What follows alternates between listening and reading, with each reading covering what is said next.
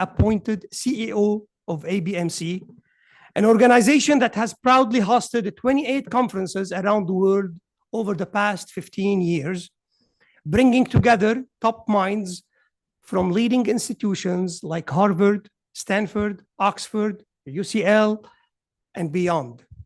This year, however, marks a bold new chapter. Today, we do not just gather to present papers, we gather to build bridges.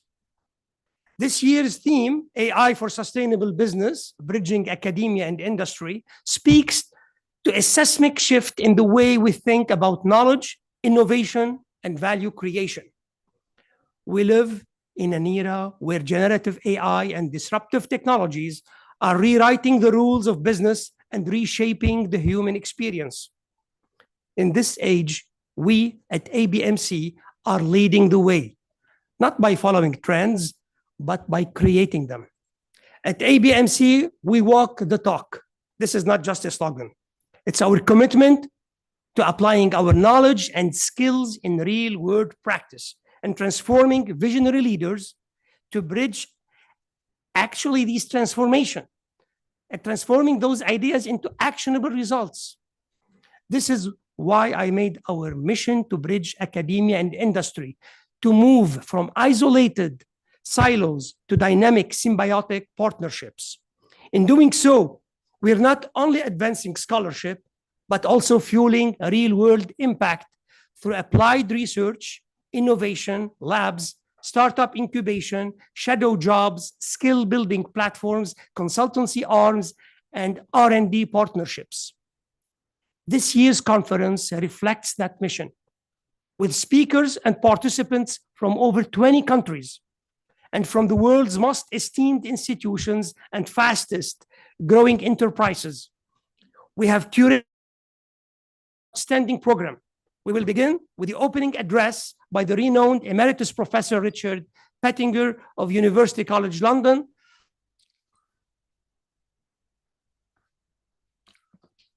Thank you very much indeed. Yes, I will. I shall do the first PowerPoint presentation. Let's just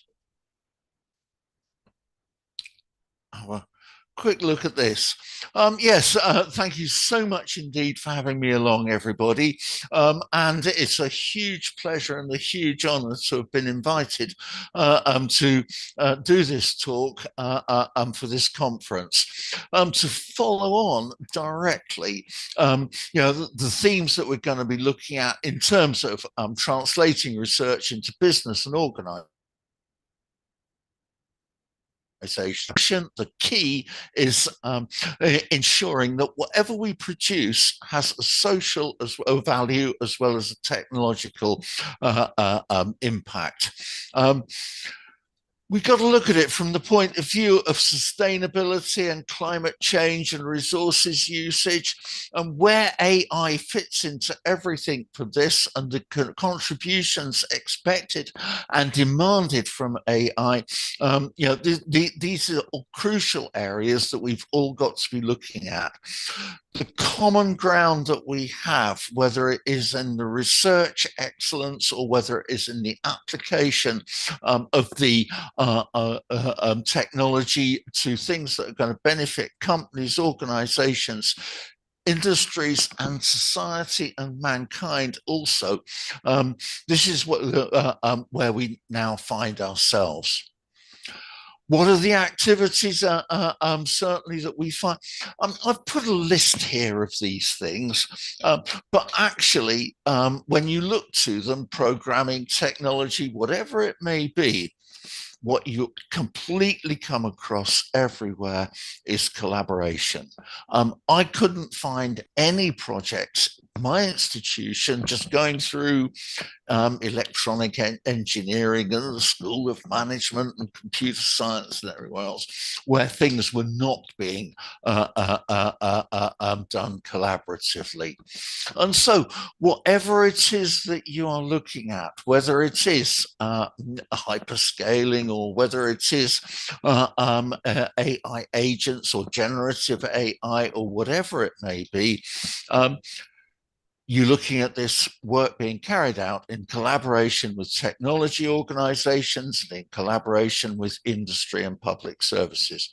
In my country, that means, or in my city, London, that means Microsoft, Apple, SAP, Cisco, and all the rest of them, and also the startups and technology hubs and technopoles. And where are we looking? Well, everything that we need. Healthcare and health management is a huge issue. Recycling and waste management are huge issues. Energy management and development, because of the amount of energy that we are now going to need to move ourselves into a sustainable future. And all of the other things that we're actively involved with, automotive or military developments, personal security, public services. Public services in many parts of the world a huge problem and something that is going to have to be filled and generated as we develop the technology to be able to reach people. And so you find everywhere that you look, collaborations with different companies, different organizations, organs of state, and all of these things require the different perspectives that everybody brings, the fullest possible engagement of everyone, the need for ever increasing financial resources. One of the things that we found over the course of lockdown, even 3 years ago, was that companies and organizations and public bodies found themselves needing ever greater capital and revenue resources. And at the core of this, staff, collective and individual development, alongside the thousands of different initiatives and activities that are going on across everywhere. And as you do that, the environmental scanning that goes on, looking for opportunities, developing those opportunities and presenting those opportunities. That is where we find the biggest impacts to be made. And that is where we are coming from. I do hope that those opening remarks are helpful and valuable. And thank you so much indeed for inviting me, and wish the conference and the absolutely wonderful agenda, work and scholarship every success. That's called technoglish. Sometimes it happens. But Professor Richard, can you hear me? Yes, can. Yeah. Can I introduce yourself?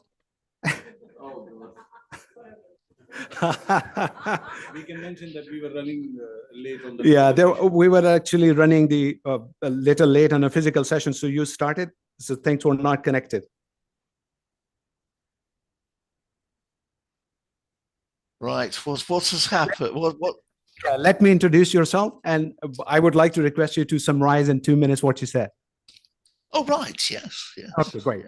So we are also deeply honored to welcome Professor Richard Pettinger, Professor of Management Education at University College London, to deliver the opening thought, summary of the opening thought now. With over 3 decades of services at UCL, Professor Pettinger has shaped the minds of future leaders through his expertise in management, project management, leadership, and organization behavior. His current research focuses on the powerful interactions of society, technology, and business, particularly in the context of digital transformation, sustainability, and the evolving role of business as a social infrastructure. He is the author of 50 books and numerous influential articles, and continues to contribute a global platform from Europe and Asia. We are excited to hear his reflection, a summary now, as he opens the conference with his opening thoughts. Please go ahead. Okay, that's a pleasure indeed. Thank you very much indeed for having me along. It's an absolute pleasure to be with you all, and very great honor to have been invited. And I think, you know, this is one of the things actually, you know, here is the, you know, the technology work in progress. You know, technology is always capable of improvement. Technology is always capable of developments, and sometimes it works and sometimes it does not. I would add to that, you know, that is one of the huge parts of the context in which we find ourselves now. What I'm going to do then is share my screen.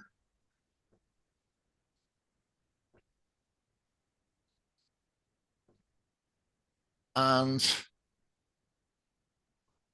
as is always with these things,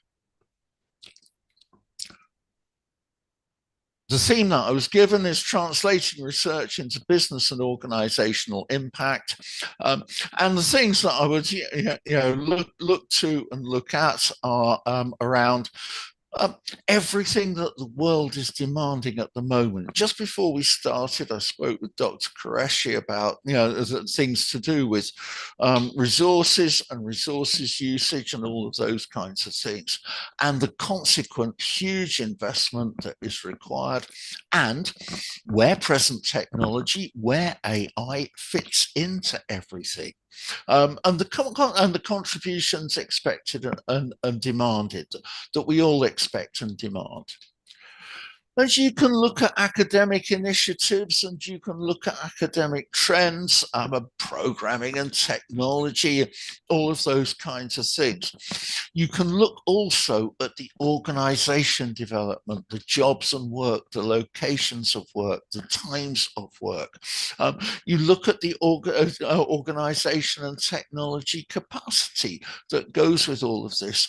These are revolutionary impacts, and these are things that in which certainly everybody that I know is very centrally engaged. And you can look also at the specific initiatives, and you can look also at generative AI, as was mentioned earlier, or AI agents, as were mentioned earlier, or risk and its management, or whatever it may be. You can look at healthcare and health management. You can look at recycling and waste, or military developments, or all of those kinds of things. Everywhere you look at collaborations. I don't know anyone in my institution, I couldn't find any projects anywhere in my institution that were not wholly or partially collaborative between technology organizations, large corporations, and also the myriad of startups that we have in London and elsewhere. The huge impact that all of these are having. The huge number, the thousands and thousands of developments that are going on. So the key is collaboration. The key is being outward looking. And I've listed here the points about the fullest possible engagement with everyone. The need for ever increasing financial resources. The need also to look at this from the human perspective of staff, collective and individual development, not just the technology, but what we need and want it to do. And into all of that, you put the thousands of different initiatives and activities, and you look then at the impacts on the wider world. So that's the perspective, ladies and gentlemen, that I bring to all of this. The main things are the developments of organizations around the technology, the huge levels of finance required, and the wider impacts on society and the ways in which we now develop as we go on into the future. I hope I've not overrun. Thank you very, very much indeed. Thank you, Richard. Thank you, Professor Richard. Thank you so much. And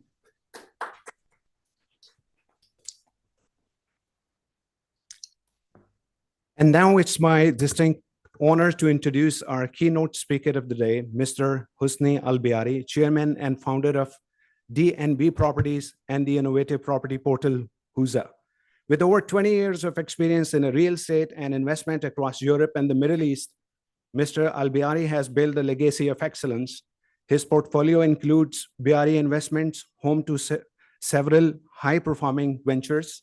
Under his leadership, DNB Properties has received major industry honors such as Imar Annual Brokers Award and RERA prestigious 4-star rank, the highest recognition by the Dubai Real Estate Regulatory Authority. A visionary leader.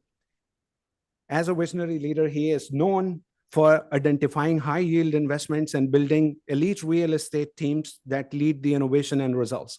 We look forward to gaining a powerful insights from his journey as he delivers today's keynote address. Please welcome Mr. Husni Albiari.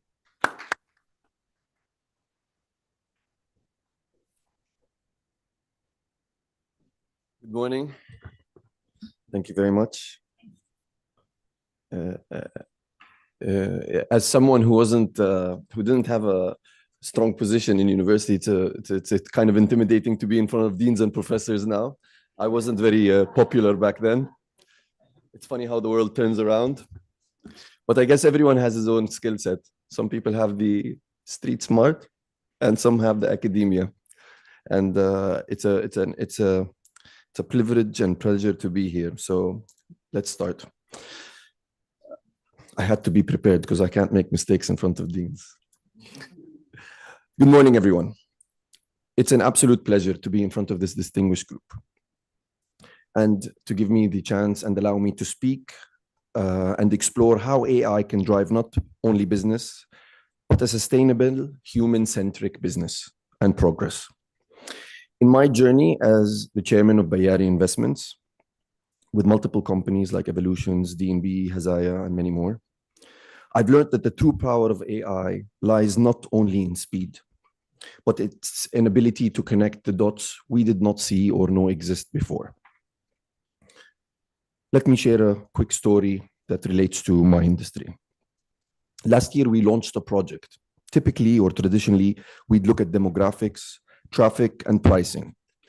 But this time, we trained AI models to look more on energy consumption, commute patterns, and even emotional behavior on social media, and many more factors. We were playing around with it and testing it out. And to our surprise, what we got was not your typical marketing campaign, but it was a campaign that was extremely efficient and very valuable to us. And helped us also design a project and work closely with consultants and build a project that was actually better to live in, with more quieter zones, with more optimized sunlight for energy consumption, and a wellness-based layout approach. And that's where it hit me.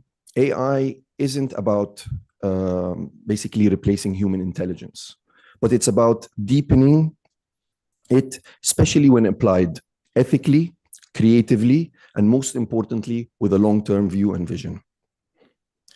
But here's the catch. We always work in silos, and businesses alone are not able to unlock the full the potential of AI. We need academia. We need not just for research, but for wisdom. Professors and deans, your research can drive real world transformation. Real world transformation. Leaders, our boardrooms need thinkers who ask not just how, but why. Together, let's build an ecosystem where students don't just graduate with degrees. They graduate with real world impact. We're entering the future where businesses that ignore sustainability will fade, and businesses that will not integrate and implement AI will fail. And the ones that manage to combine business and AI are the ones that will be leading in the near future. So let this conference not just be a two-day event, but the beginning of a movement. one where businesses and academia get together to create a smarter, greener, more human world. Thank you.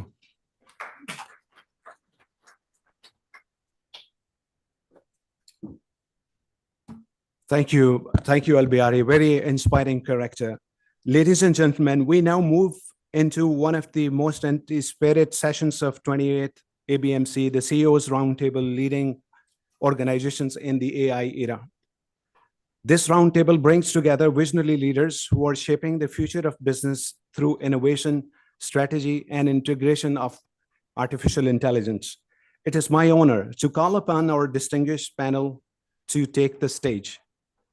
Professor Rock Antoine Mahanna, the CEO of ABMC, Mr. Ivan Radovic, President of Novakis, Mr. Rami, Regional Director, Emerald Publishing, Kaushik Burman, CEO of Speedo, Dr. Bashir Zoghbi, CEO of Softflow, and Dr. Wasim, CEO of Financial Investment Advisory.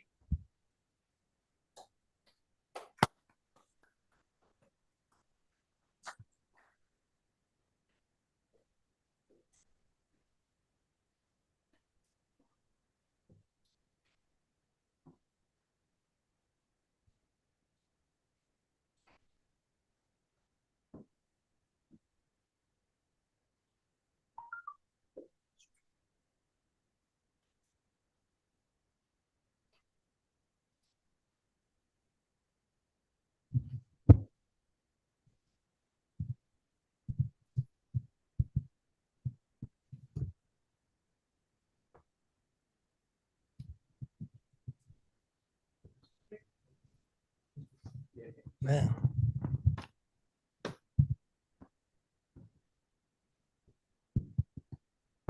All right. Good morning, everyone. Actually, we're no longer in the digital age. We're in the intelligent age, where AI is redefining everything. AI is no longer just a tool, it's a strategic co-pilot. According to McKinsey, a generative AI alone could add up to $4.4 trillion annually to the global economy. In sectors like real estate, education, finance, healthcare, mobility, publishing, and tech, AI is already reshaping operations, accelerating innovation, and opening new markets. It's also shifting the expectations from leaders, not only to adopt technology, but lead with agility, ethics, and foresight. We're seeing best practices globally. Mayo Clinic uses AI for predictive diagnostics. In publishing, we see AI-assisted peer review systems. In transport, AI-optimized EV fleets are reducing urban emissions in over 100 cities worldwide. In real estate, companies like Zillow now use AI to generate instant property valuations, enhance customer targeting, and even predict buyer behavior with up to 90%. That's for you, Hosni. Should hear. We're talking about the best practice globally in real estate as well. And Ali is as well with us, two CEOs in real estate and many others. Companies like Zillow now use AI to generate instant property valuations, enhance customer targeting, and even predict buyer behavior with up to 90% accuracy, fundamentally transforming how homes are bought and sold. But with this power comes responsibility. The real question is not, can we adopt AI, but can we build AI strategy that are sustainable and inclusive? Can we bridge the gap between fast-paced innovation and real-world impact? And how can industry and academia co-lead this transformation? Let us explore these questions with leaders who are not only adapting to the AI era, but defining it. Each speaker will have 2 minutes per question, rotating through rounds. At the end of each of the session, we will have a Q&A session with all this distinguished audience. Let me start first with quality management and consultancy and healthcare operations in that field. I have Ivan Radovic, president of Novasis Consultancy in the US. Actually, it's been expanding then rather than quality management, also going in, I think, real estate in Hawaii as well, from Florida up to New Orleans. I know Ivan, long time ago when you were at the MBA in the US studying together, I think. And lost touch with him for so many years, and now we got track, and I think he's been involved with responsible leadership. Let me start with you, a couple of things with the AI, and thank you for coming from the US physically to attend our conference. Plus, I would like to welcome those online virtually. We have plenty of other deans and CEOs from across the world that are joining us. Ivan, how is AI redefining quality management in healthcare? Well, thank you for inviting me to be part of this. Healthcare is the most complex industry, out there, in the world that we deal with, that we use. All of us are like users of it. All of us, here. No, just up close. Okay. All right. Can you hear me now? Yes. All right. That's better. So what is changing in healthcare, with AI, it's going from reactive, to like a predictive mode. That's biggest transformation, that healthcare, has received. And from, our company consulting practice, we work in the healthcare. We see that areas of predictive analytics, which doesn't come very easy because it really depends, on good quality data that has been an issue for a long time. And now we have to be really careful, in a way, how we use predictive analytics, how we can trust the data.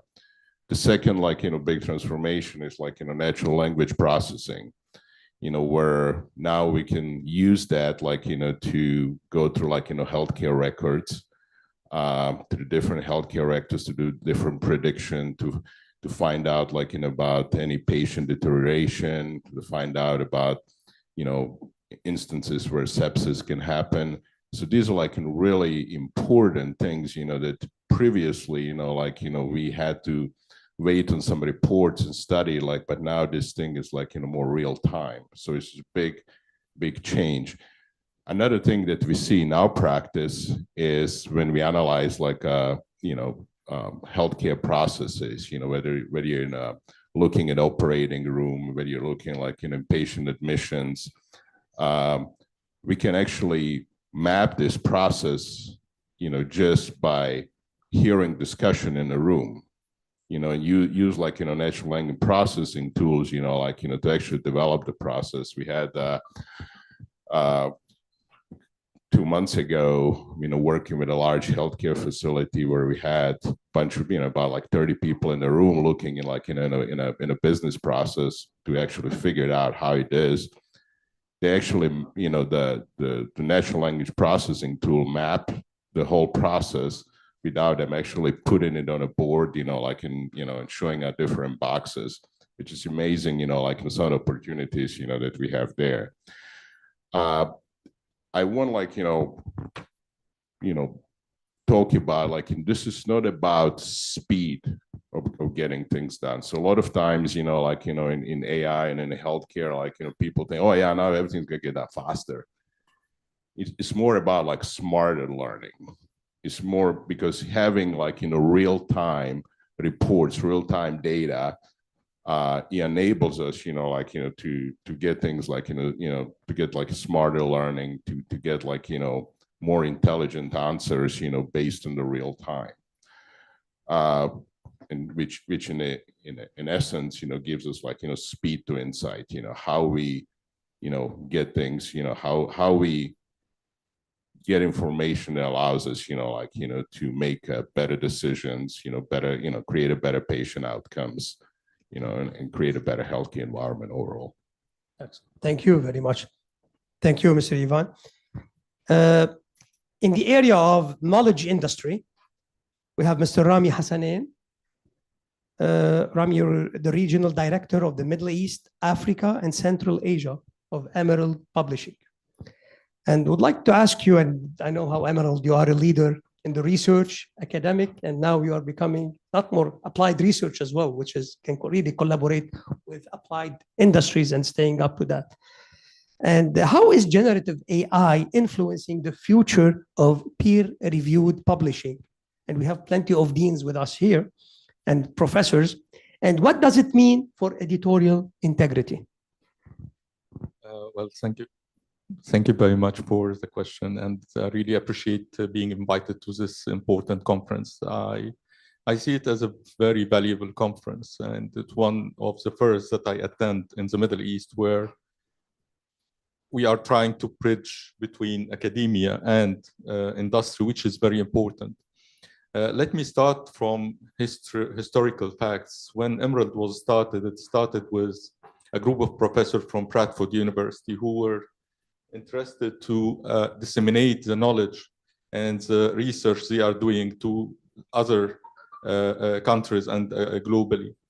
At that time, the only way was to print those research and send it by post. Then there was a big jump when the internet started, when the internet era started, I think in the late 80s maybe of the last century. And the transformation of knowledge from being on paper to being online, accessible everywhere to everyone. When I started actually in this industry, it was the time between shifting between the online and the print. And many people have resisted this. They still wanted to feel the feeling of a paper in their hands. Nowadays, everything is online. We don't print anymore at any level. I see AI as a second step, a second jump.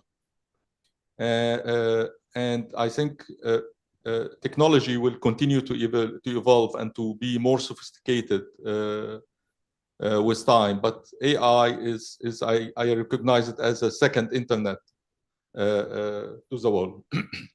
Talking about publishing, AI is currently, well, it is considered in the publishing industry, but with very high cautious, for reasons that I will mention later. But it's currently it is integrated in all steps, both for the authors and for publishers. For the authors, from the stage of creating his research, creating the scope and objective of his research, it's making it much easier to identify the scope and to tailor the objective of the research. Then in other stuff like language editing, for example, like formulating the paper shape, creation of multimedia, simulation of essays, for example. So it is involved in many stages. But as I mentioned, at Emerald, we're still very much concerned about creating or publishing a research that has a real impact on the world. So we are still very much interested in having a human author. So AI is not considered for us as an author, and will never, I think, and for all publishers. And we are very much believing in the value of human peer review, because those are the people who can assess the quality and the need for that research. Saying that AI is still has shortened the time needed from submission to publishing significantly. Then for users, AI have, I think, facilitated the use of research passed widely globally, especially for non-specialists, where AI can now summarize a sophisticated research paper into a simple piece of information, which still got a risk because it might not capture the essence of that research or the real fact of that research, but it is a very useful tool now for non-specialists. It's great. Thank you for this insight and from a leader in the publishing industry, Mr. Rami. Now, let me move to the e-mobility and transportation. We have with us actually CEO, Mr. Kaushik Bruman. He's the CEO of the Spiro EV for the Middle East and Africa. And you've been all over the news, Kaushik, in Forbes recently across Africa, with growing tremendously recently.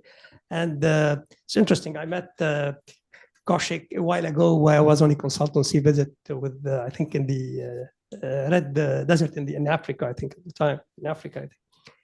And we had quickly, spark with how we can bring, because I come from, although academic, like Mr. Rami mentioned, but how we can really make it applied, because I come from more industry, how we can link this academic to be applied, because at the end of the day, action, as Mr. Hosni mentioned in his keynote speech earlier, it's like how we can be street smart, yet benefit from academia. And we share many things of this coming through from INSEAD and getting into those things. So if you please can share with us your experience with EV as well.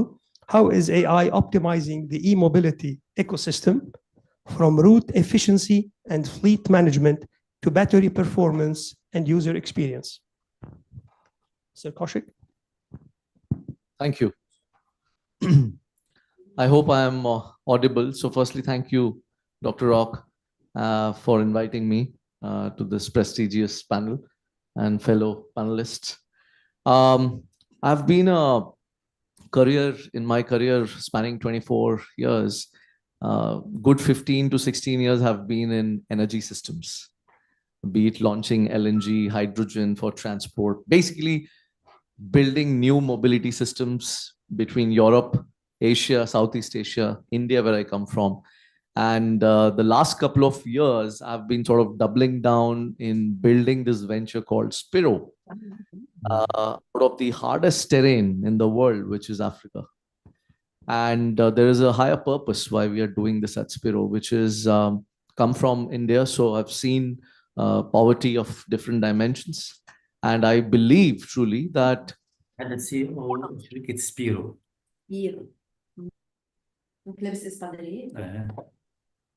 Someone else is also echoing. Okay. So affordable and accessible mobility is a means, the first step to financial inclusion. Because I've seen it firsthand, be it in Philippines, Thailand, or in the terrains of Kigali in Rwanda. If you do not bring affordable mobility, there are very low chances that people will get access to education, get access to commercial activity. So that's like table stake.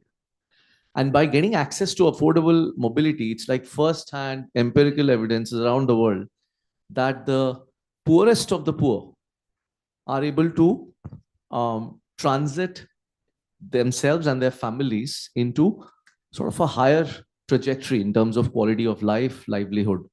So as we build Spiro, which is now the largest EV player in Africa, we make electric motorbikes, which are used by drivers. We make the batteries, we make the charging infrastructure. And by the way, just so the audience can understand, they have the EV but bikes, Yes. energy bikes with swapping batteries. That's right. So my last 8 odd years, I've been in this battery swap business. Prior to Spiro, I worked for a company called Gogoro, which is a Taiwanese company, now listed on NASDAQ. And they were very proficient in battery swapping. But when I was building Spiro, and I have been building Spiro, you got to make this affordable. And to make this affordable ecosystem, the role of AI is table stake, is like bare bones, you need to do it. Because technology is the leveler which will help bring cost down. And let me explain. So for example, when we build out the manufacturing facilities, if we do not use industrial automation, if we don't use data in manufacturing, we are not making things efficient. And to drive higher production, you got to use data.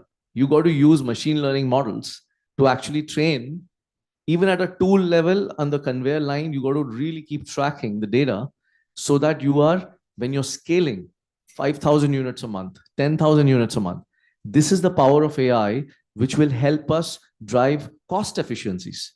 You save that money, you pass those benefits to customers, making products even more affordable. So it has this social impact as well, huh? Big time.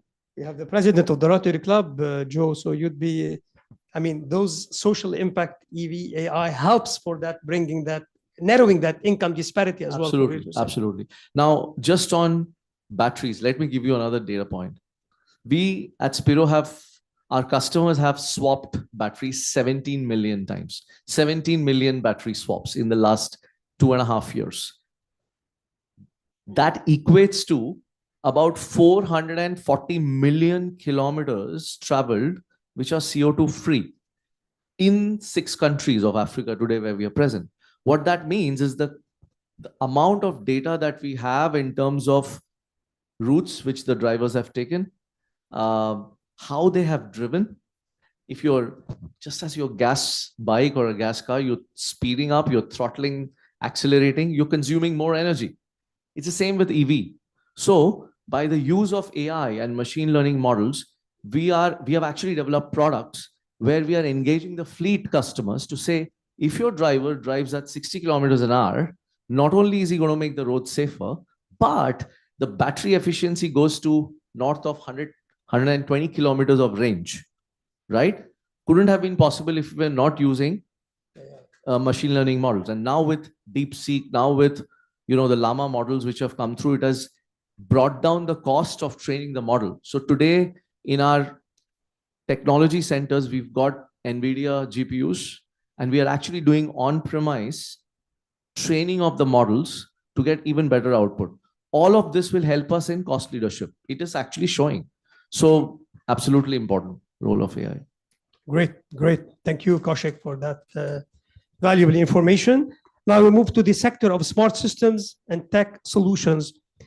CEO Dr. Bashir Zoghbi of the SoftFlow Group in Lebanon. And I admire what Lebanon went through.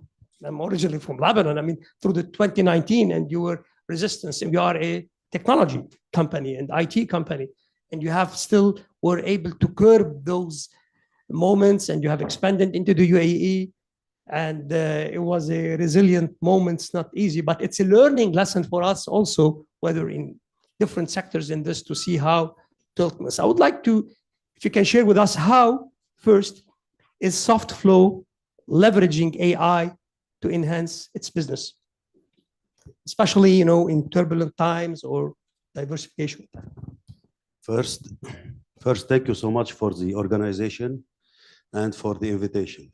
Second, regarding... By the way, Dr. Bashir also holds a PhD, so he has this academic... Definitely. I will talk about this bridge between academia. Has that combination as well, as we do. This nice bridging between academia and industry.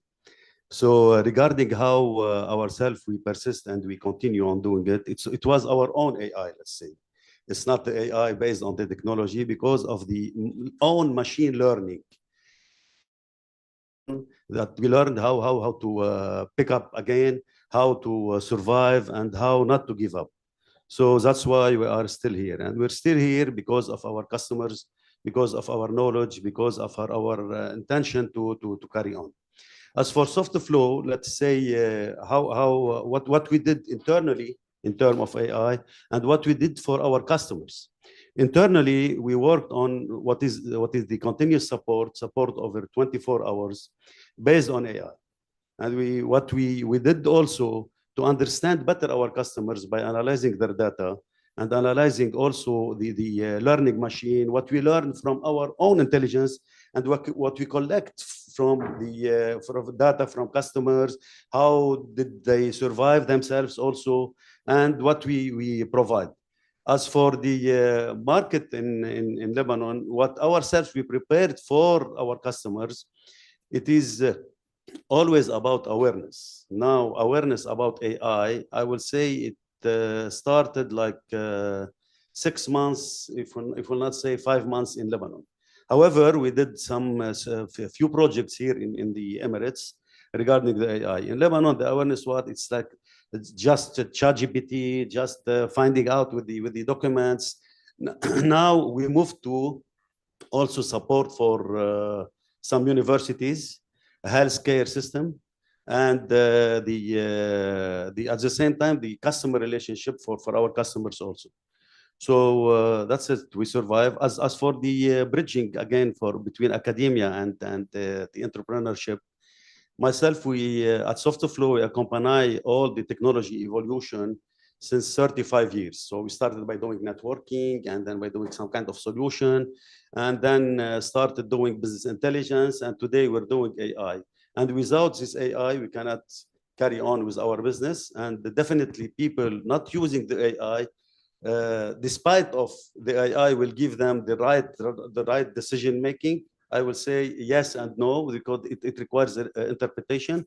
But without AI, without finding out of all the data collection, people, they can go out of the business. Thank you. Excellent. Thank you. Thank you, Bashir. Very insightful information. And now we move to the area of financial advisory and fintech strategy. We have Dr. Wissam Khouri, who wears two hats. One of them is you had the COCO management, the consultancy, advisory, and finance. Another hat, actually, you are a chair of the department at AUD with Dean Asad Farah, also with us here from AUD. And actually, Dr. Wissam, these multi-hats he wears as well. You had also the director of those executive and graduate programs. You bring those Ivy League universities here with executive to bring them hands-on experience. And that's what differentiates you of applied things you've been doing. Exactly. But here we're gonna, get your thoughts and experience on the financial aspect and AI, how they are being used. So how is AI impacting investment decisions, especially nowadays? I mean, we have trillions and trillions been swapped, in the media from the tariff issues, right? With Trump mentioning this quickly. And everybody was like, kind of in a sort of panic. But how is AI impacting those investment decisions and financial forecasting today? Hello, everyone.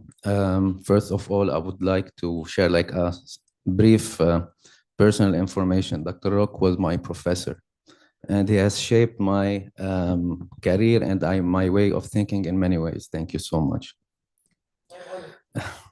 As you said, like finance people are currently under the microscope right now.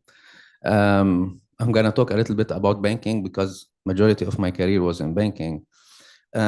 Previously, when we wanted like to do kind of an analysis, we were relying a lot on the intuition and the expertise of the banker himself or herself.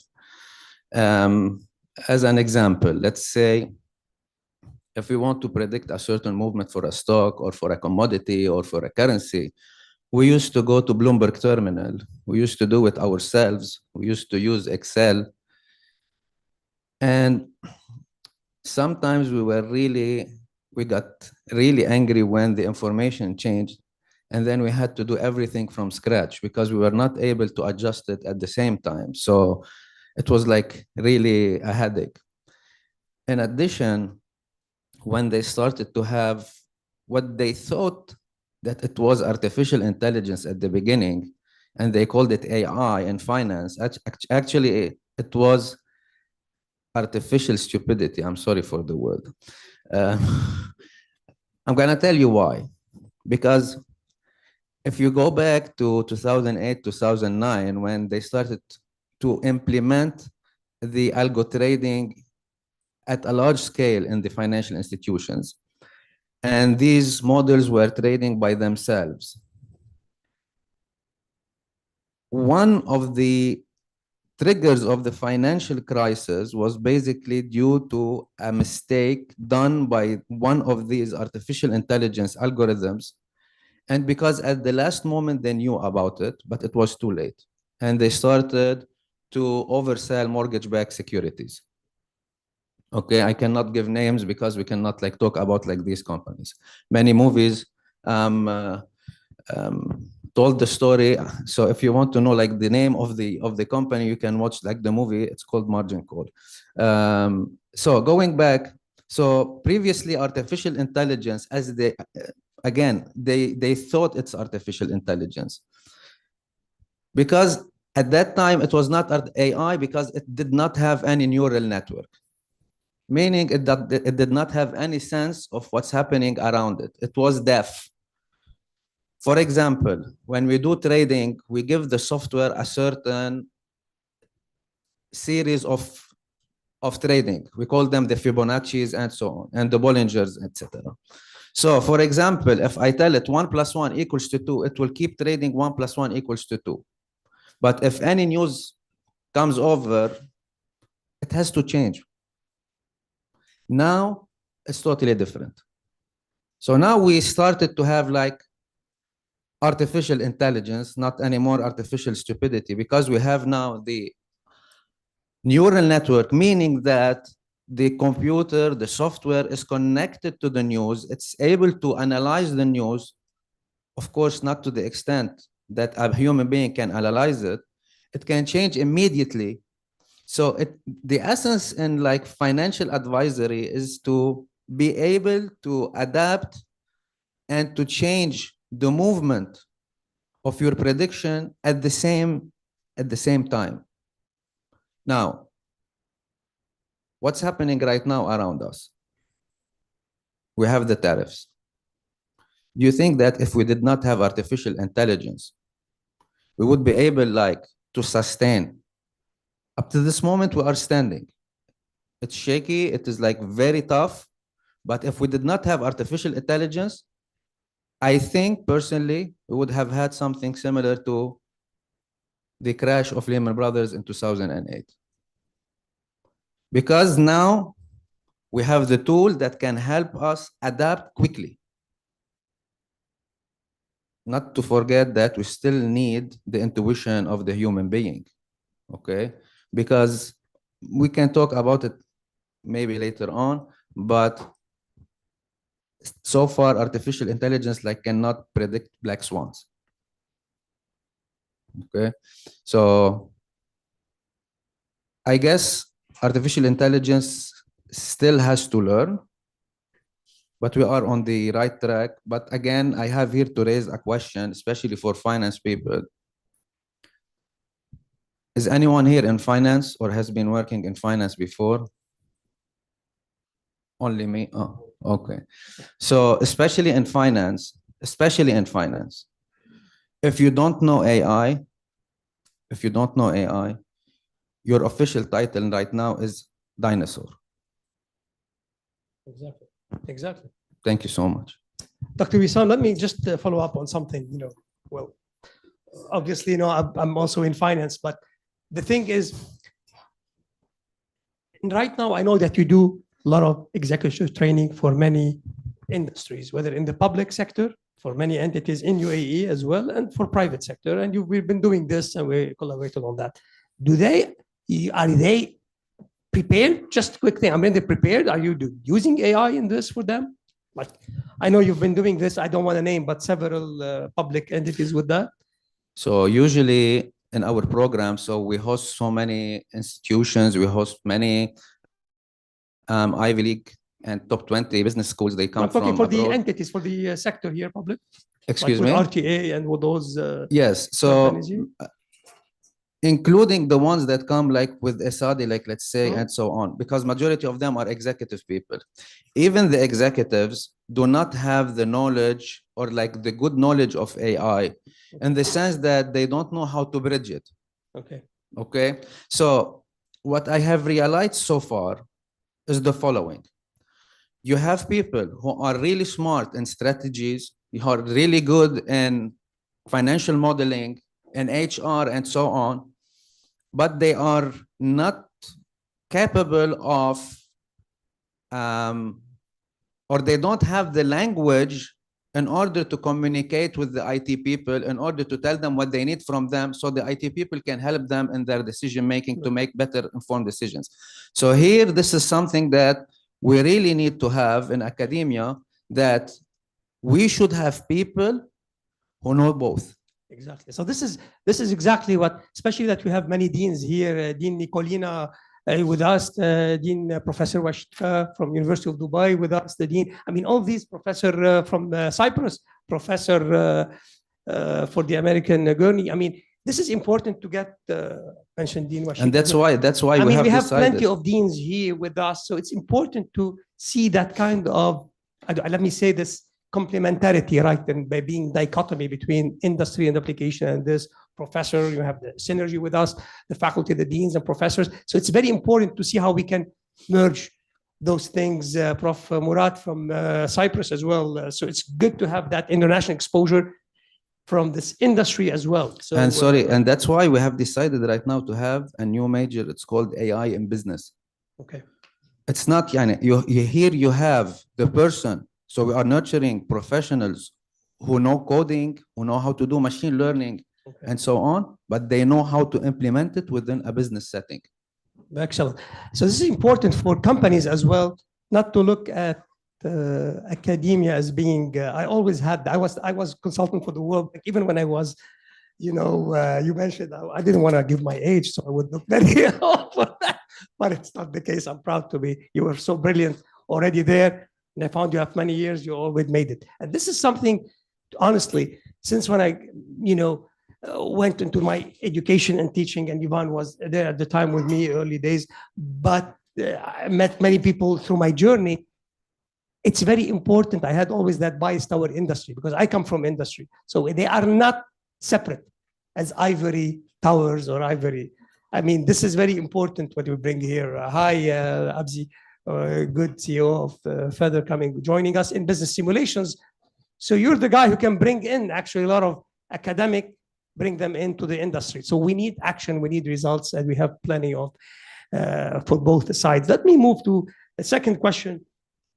In fact, with back to you, Ivan, with your experience with Novaces, just regarding what leadership strategies are needed to implement AI-driven quality improvements, especially that you are a big supporter of the servant leadership model. We've been talking about it. I've heard you on some panels talking about this. How can you summarize a little bit on how can bring that to perspective? Bringing AI to the surface in the leadership, it's no different. Bring like anything. You have to establish. You have to lead with humility and trust. And there is actually really good book written about it, by Dr. Amar Kaisi from University of San Antonio, Texas. It's called Ambitious. If you ever, this available on audio and stuff, but talks about this. And, when I first, it was very interesting, when Dr. Mehana, invited me to this conference. I'm also in the process of writing a book, and he said, well, can you come to this panel? And it's well, I can also give you a paper if you want. It's just one of the chapters in the book, deals with the AI and leadership. And a big thing, there is, how do we teach the AI tool? It's tomorrow's paper, I don't know if it's tomorrow. It's tomorrow. Okay, I thought it was so. Oh, it's today too. Okay, so you have me twice. Okay, I didn't know that. Yeah, oh, it's today. Okay, it's fine. Either way, but the biggest thing, is how do we teach the tools so they kind of present us in our authentic selves, because trust is a big issue. If it's trusting the tools, but also your teams, the people that you lead, trust you. And if they don't see you through application of AI tools for whatever you're using them, whether you're using it for some of your communications, whether you're using for organization planning, anything, if they start veering off, who you are as a leader, you're going to have a challenge. You're going to lose their trust. It also applies, to development, use of AI tools, across, your companies, or other organizations, whether it's, education institutions, governments, corporate. It's, you have to co-develop those tools with your teams. You can't just, hey, I found this, on internet, or somebody sold it to me at a conference, and let's throw it. Everybody uses it. You actually have to work with your teams to co-develop, and apply those tools. Only then, you're going to establish a trust, of them using the tools and get a full benefits, out of that. So in essence, going back, it's it's being, spend a lot of time, teaching the AI who you are as a leader, so you can get a full benefits of them, and so your teams and your companies can understand you, to serve better. Great. Thank you, Mr. Rami. just if you can brief us quickly on, with academia and industry growing closer, how can publishers play a strategic role in translating research into practical AI-enabled innovations? Well,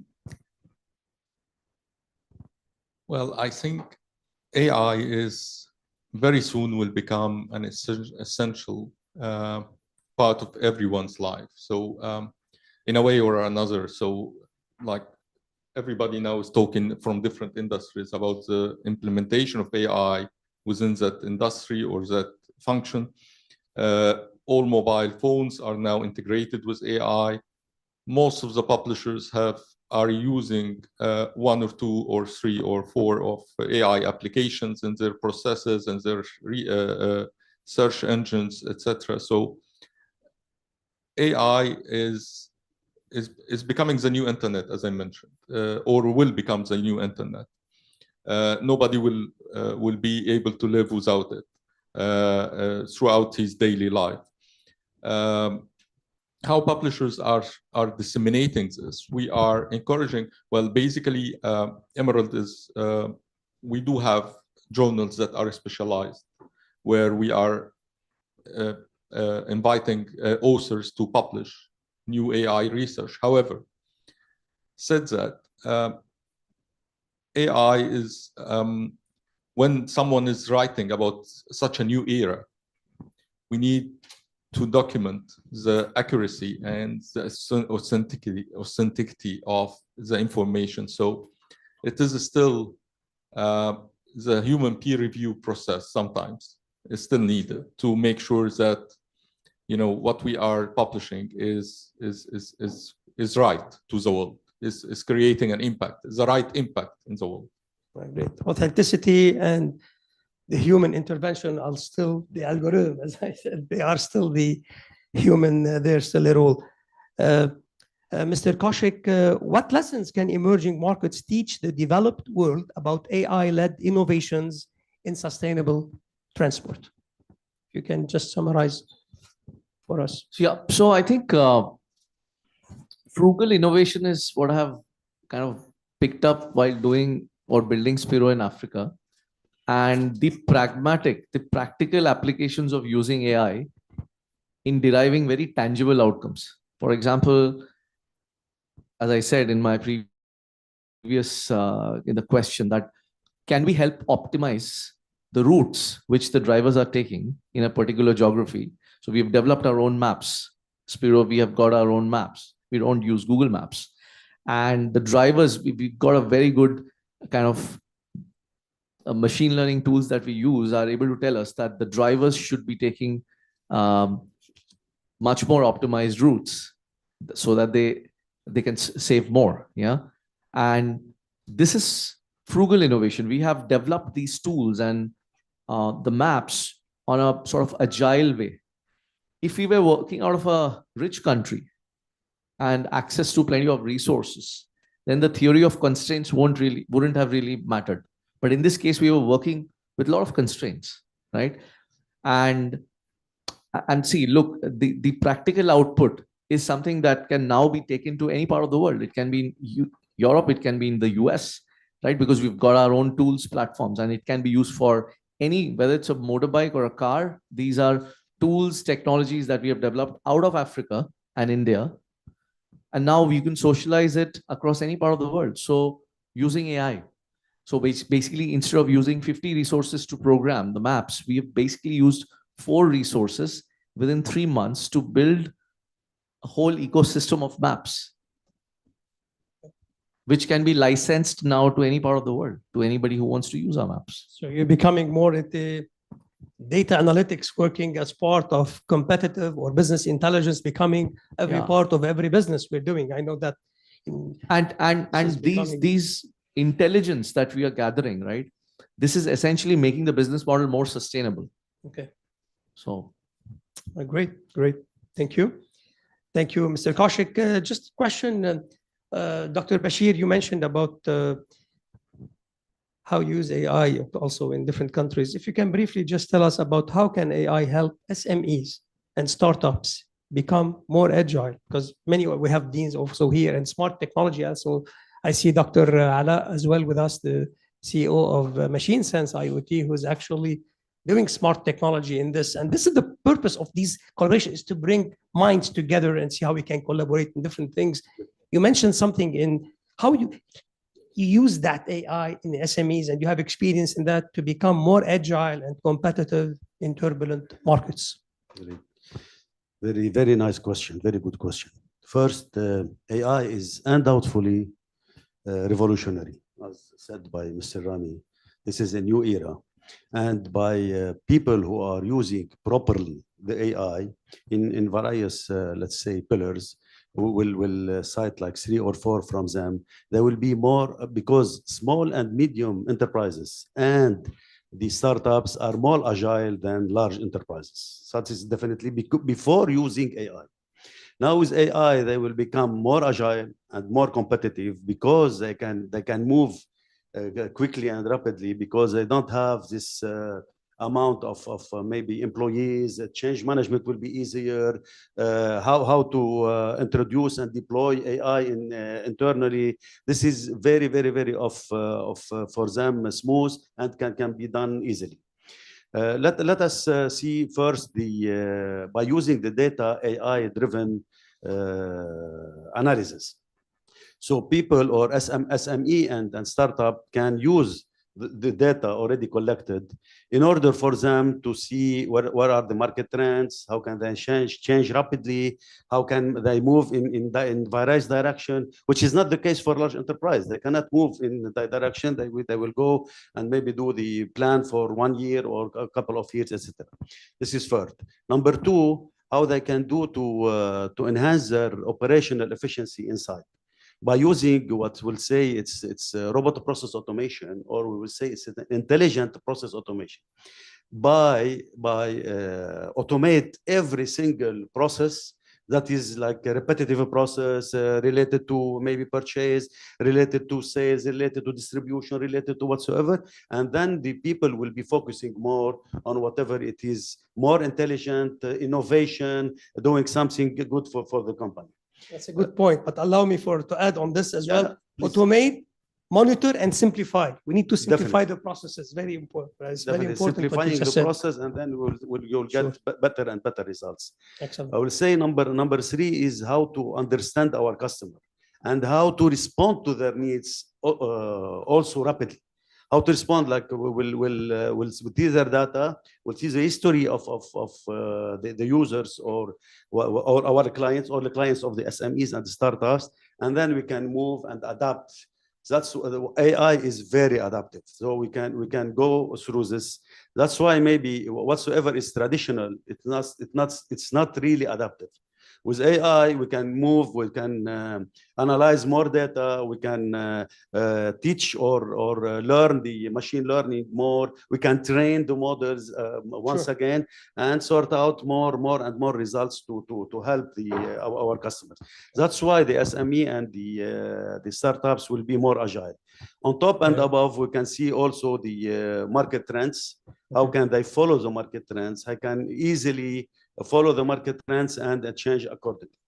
This is mainly few pillars we can. Thank you, Dr. Zogli. That's very helpful and very applied. But last but not least, and right after last one, we'll take a few questions and we'll have a coffee break for that. Last but not least, Dr. Khouri, Dr. Wissam, how is AI transforming financial advisory?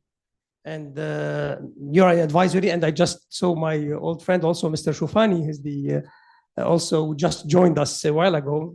I mentioned also in the advisory world, the pivot advisory, you might share different from the finance aspects of that, in the retail as well has been with this. We have plenty of, like I said, top minds in different industries with that. And that in the advisory, how can, especially in personalized wealth management and real-time risk analytics, if you can briefly summarize it. Of course. This is a very important question, especially in relation to what's happening today. I want you to imagine with me that I'm going to your office in 2005. You called me and you are telling me I want to do a financial investment. So I go to your office and I start asking you a few questions. First of all, What do you know about finance? What do you know about the stock markets? Do you know what, for example, what is hedging? Do you know what are calls and so on? Most importantly, also, what's your risk tolerance? And you tell me, let's say, I want to take some risk because I want to make some returns. So I prepare something for you and I send it. We open the portfolio and you start trading. What's the difference right now? The difference is that we cannot have these idle portfolios, these idle advisories anymore. We need something that has to change. And as Dr. Bashir was saying, we have to be more agile. So currently, what's happening is that we are not using this old-fashioned advisory anymore. We are having the robo-advisors. We still have, of course, again, and I reiterate, we still need in finance the human interaction. But the role of AI now is to be understanding your behavior. Because if I tell you, like, are you risk averse? You tell me, no, I want to take risk. But it does not mean that you want to gamble. It does not mean that you want to throw your money. So supposedly, I tell you, okay, you want to take risk? Go ahead. You can invest in technology stocks. If you had technology stocks in your portfolio right now, what would have happened? You would have lost, like, I don't know exactly. Exactly. So the role of AI here is to recalibrate your portfolio based on your trading behavior. So it analyzes your trading behavior, how much you do kind of rush trading, how much you intervene personally, how much you calibrate it yourself, at what times, under what circumstances, and it starts to give you recommendations like notifications, pay attention. Now it's time to sell off some parts of your technology investments. It's time to buy more dividend stocks. It's time to buy, I don't know, maybe utility stocks, defensive stocks, and so on. So this is now the role of financial advisory within AI. One small thing I want to add here about the role of the human being. The human being is still important in financial advisory, especially when it comes to ethics. Because in finance, there is a very thin line between something that is illegal and something that is unethical. I will repeat it. Illegal and unethical, there is a very thin line. In finance, as long as it is legal, it's up to you to perceive it your way if it's ethical or unethical. For example, there is something we call arbitrage. Very briefly, arbitrage, it means that you are making money out of a certain gap in the system. But you are making money from somewhere, from someone in this world. Who's this guy? Who's this lady? You don't know. So if you make $1, you cannot make $1 out of the blue, meaning that you are taking $1 from someone from the system. So is it illegal? It's not illegal. Is it unethical? It's up to you. So here comes the role of the person. So this is just one example, and we can like extrapolate it to other examples. So this is one. Human being is here to make sure that ethics and compliance is there. And second, to predict like the black swans, as I was telling you. So far, AIs cannot predict black swans, like what's happening right now. Now we are in a volatile, Dr. Khoury, we're very volatile market, right? Exactly. And still to come. We never know. We're not end of the tunnel yet. Well, yeah, no. So we will entertain, if you have any questions, a couple of questions, please, we will entertain them. Yes, can you please, the microphone? We will have questions and then we will leave the answers for the ES to summarize them for the time, so we won't keep you from the coffee break. Can you please pass this? Here, yes, Professor. Thank you very much, Mr. Can you please introduce yourself for the rest? Okay. Just your name, just saying your name, and then. I'm Professor Zafar, and I've been the Vice Chancellor of Pakistan's biggest university and the oldest university, and I've been the Dean here in the American University in the Emirates, and I've been associated with the International Monetary Fund and have PhD and masters from US. And here I am now as a professor. So, Yes, Professor. Yes, Mr. Rock and Mr. Tahir, you are the backbone of this conference. And I think the topic which you have selected for this conference is really very, very interesting and very practical for everybody. And the talk which I just heard really opening up many avenues, and particularly the people who are not pretty much familiar with this AI role. So it's opening up new avenues for everybody. I have questions for everybody, but I will focus more on Mr. Evans because just quick questions. We'll leave the yeah. answers for that. If you can have it brief so we can give Yes, plenty of time. Mr. Zafar, what's your question? Mr. Evan, you've been in the health sector, and I have really interest in the health sector because two of my children are doctors, and they are worried whether the role of AI will overtake the role of doctors in coming future.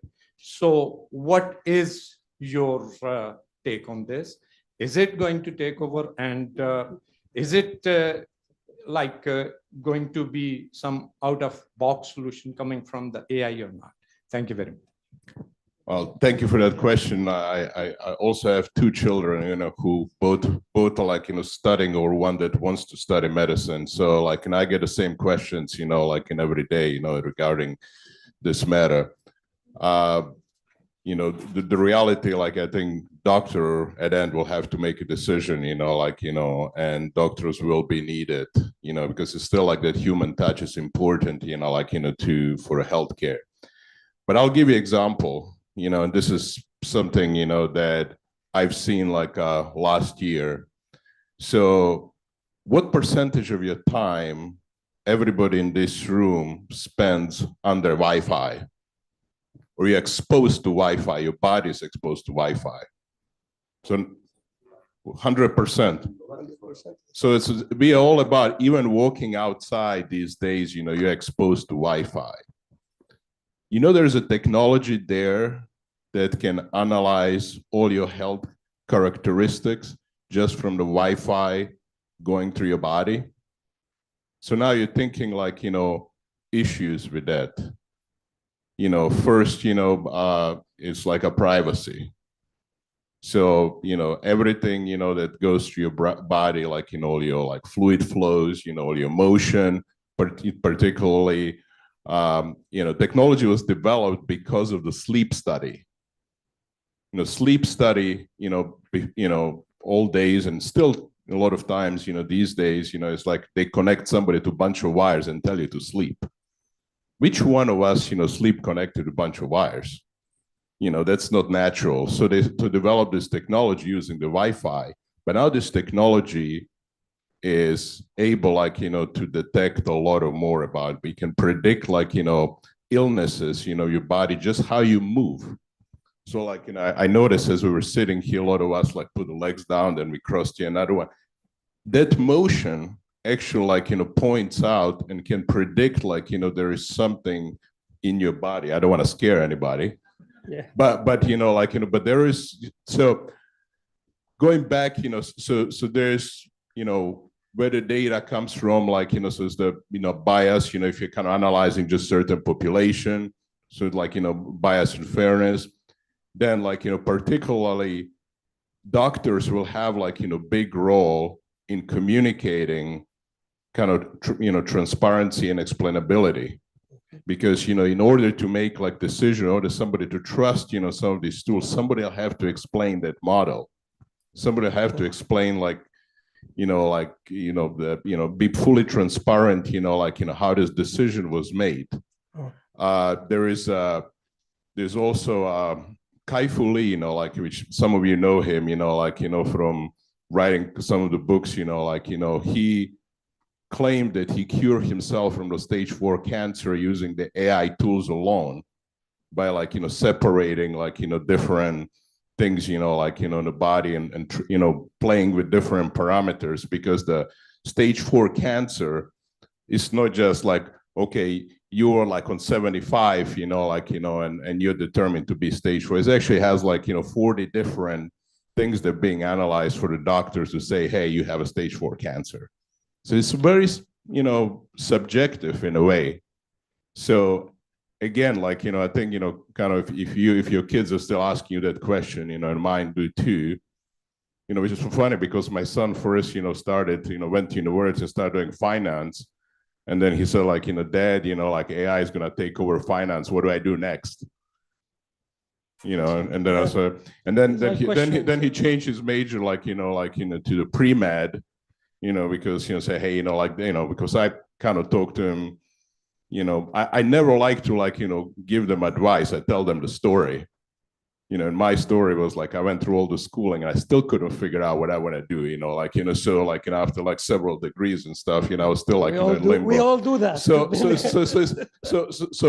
But it's all about getting the brains trained, getting better. But kind of to answer your question, I think we'll still need a doctor. Thank you, Ivan. We have entertained Mr. Hosni. Okay, please. Yeah. Mr. Joe, I have a question, please. but just to introduce myself, my name is Joe Halabi. I'm the Vice President of the Lebanese Business Council in Dubai and Northern Emirates, and the President of Rotary Club, The Palm. Well, my question is to Dr. Wissam Khouri. Do you think that AI will have any, because in life, everything has a positive and negative impact. So do you think AI will have any negative impact, like, for example, between two brackets, unemployment or something similar? And if yes, what? Thank you. Thank you so much. This is a very important question. Brief up the answers to be very short, please, for that, to allow for everybody. Sure. A very important question. We are all afraid that if we're going to lose our jobs. From a financial point of view, if we are talking about finance, yes, you can be susceptible to lose your job if you don't know how to implement AI within your job. Meaning, if you don't know how to leverage AI to make better informed decisions, yes, AI will be able to replace you. So AI will be able to replace the repetitive jobs. For example, in finance, the repetitive jobs, it means like those who fill in the applications, those who are in the back office. They take calls, they get, like, for example, the instructions of the investors, they put them on the system. So these are like examples of repetitive jobs. AI will definitely be replacing them. But at a certain period of time, according to me, the decision maker, as long as he knows where to leverage AI, AI cannot replace him. For a very simple reason. If we talk about healthcare, AI maybe can know, like, if something gonna happen within my body, because they can, I don't know, you can correct me if I'm wrong, because they can analyze like physiology. But so far, there is no AI that can control or can predict my brain. This is behavioral. You cannot predict, like, for example, in the financial markets, you cannot predict if someone is gonna buy or sell, because in financial markets, we have something called the stupid investor, okay? The irrational investor. Okay. So here, you cannot predict. You should have like someone to make the decision to give an advice, like a specific advice to this specific person. AI cannot do it. All right, thank you. Our last question, please. Sorry, doctor, allow me just to say. Yeah, but brief, so we can give them time. But there will be a displacement for the job market, definitely. Because one in the finance, like one in the finance with AI tools, with like today they are at 30,000 AI tools. But whatsoever, if he is not ready, and that will be this displacement, absolutely. Yeah, exactly. If they don't know how to use it. We have two more questions we'll take. We have you have Mr. Hosni and Dr. please as well. And you have the microphone with you? I don't need a No. All right, go ahead. Go ahead. So a quick question that a lot of us are from the academic institution. So AI is not something new for us. Like we have been teaching foundations of AI for a long time. From your perspective as CEO, I just have quick two questions. First, how you are going to deal with the algorithm biases the privacy concerns? And the second one is, what are your expectations from academic institutions? Like you are the CEOs, what do you expect? Not just in upskilling, students, beyond that, like how to preserve the critical thinking, ethical reasoning, the human judgment which is required. So what do you expect from the academic institution? I think, Kaushik, would you like to answer on that quickly, please? Mr. Kaushik? That's a great question. So I think a quick answer so we can give them time for the coffee break after the last question. So I think deep partnerships with academia is absolutely important. So for example, can we have deep research on AI where you're taking the actual empirical data from ground, training the models, as I was saying, and actually having algorithms designed to remove the biases? How do we remove the noise, right? This is possible only through deep research, because in a full-time enterprise, there are tech teams which are just solving the problems.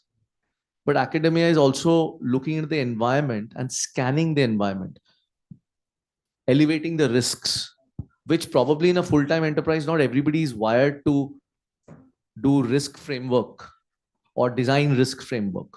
So I think that deep partnership with academia will help in a two-way traffic in terms of this is empirical data, that's a theoretical model. Let's come together and bridge the divide.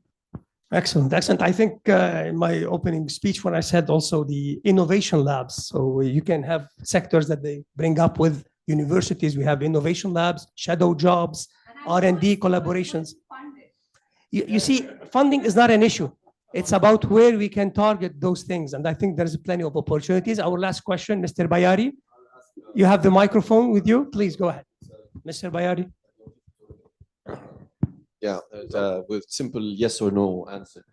The question is basically, will we ever reach a point where we have a utopic market where we can completely avoid inflation and all of that by integrating that and have a kind of market where is that something that can possibly happen?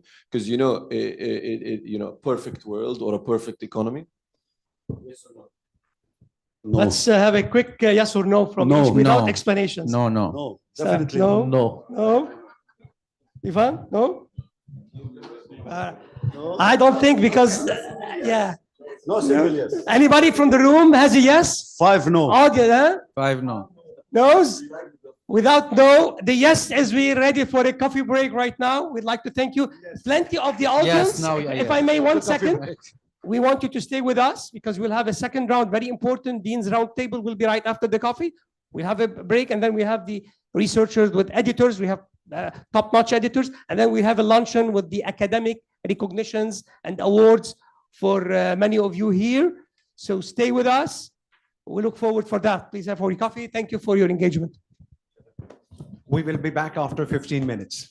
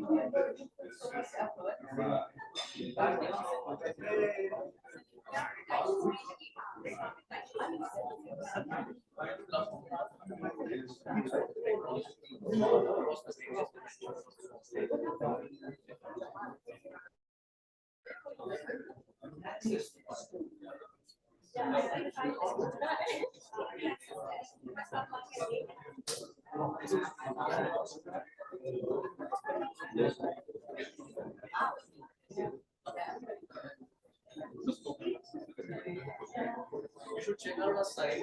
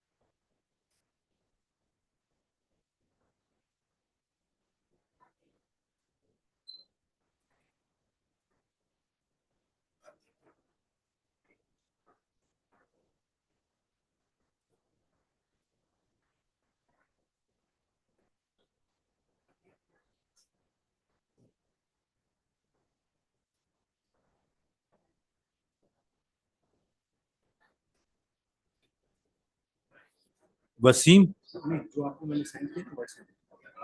Yes, Dr. Miraj. can you send the PDF again to me in the chat here in Zoom? In Zoom, okay. PDF. The same one, okay.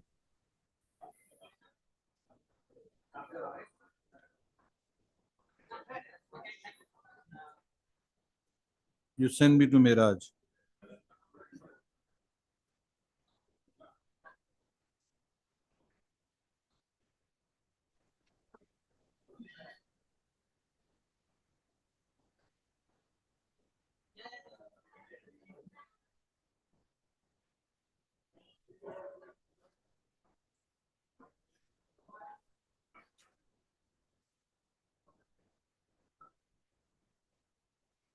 I think did you send in the group also? No, last time I sent it to you. Yeah, but I think I mistakenly sent the PPTs. Yeah, last time. But now I'm sending the PDF. It's just coming. Send it, Not, whether not it in is the group. Not in the group. Here in the chat. wherever it is, just share it. Yeah, I've shared it. Have you received? Yes.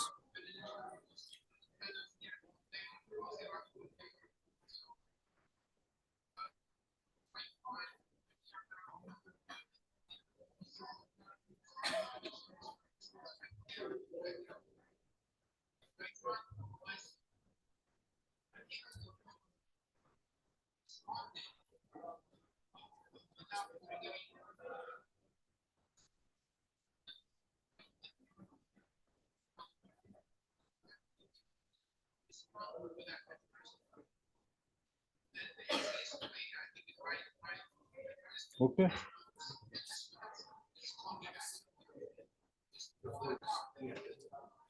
Right. Okay, Wasim, all set. We will start in 5 minutes. Okay, Dr. Miraj.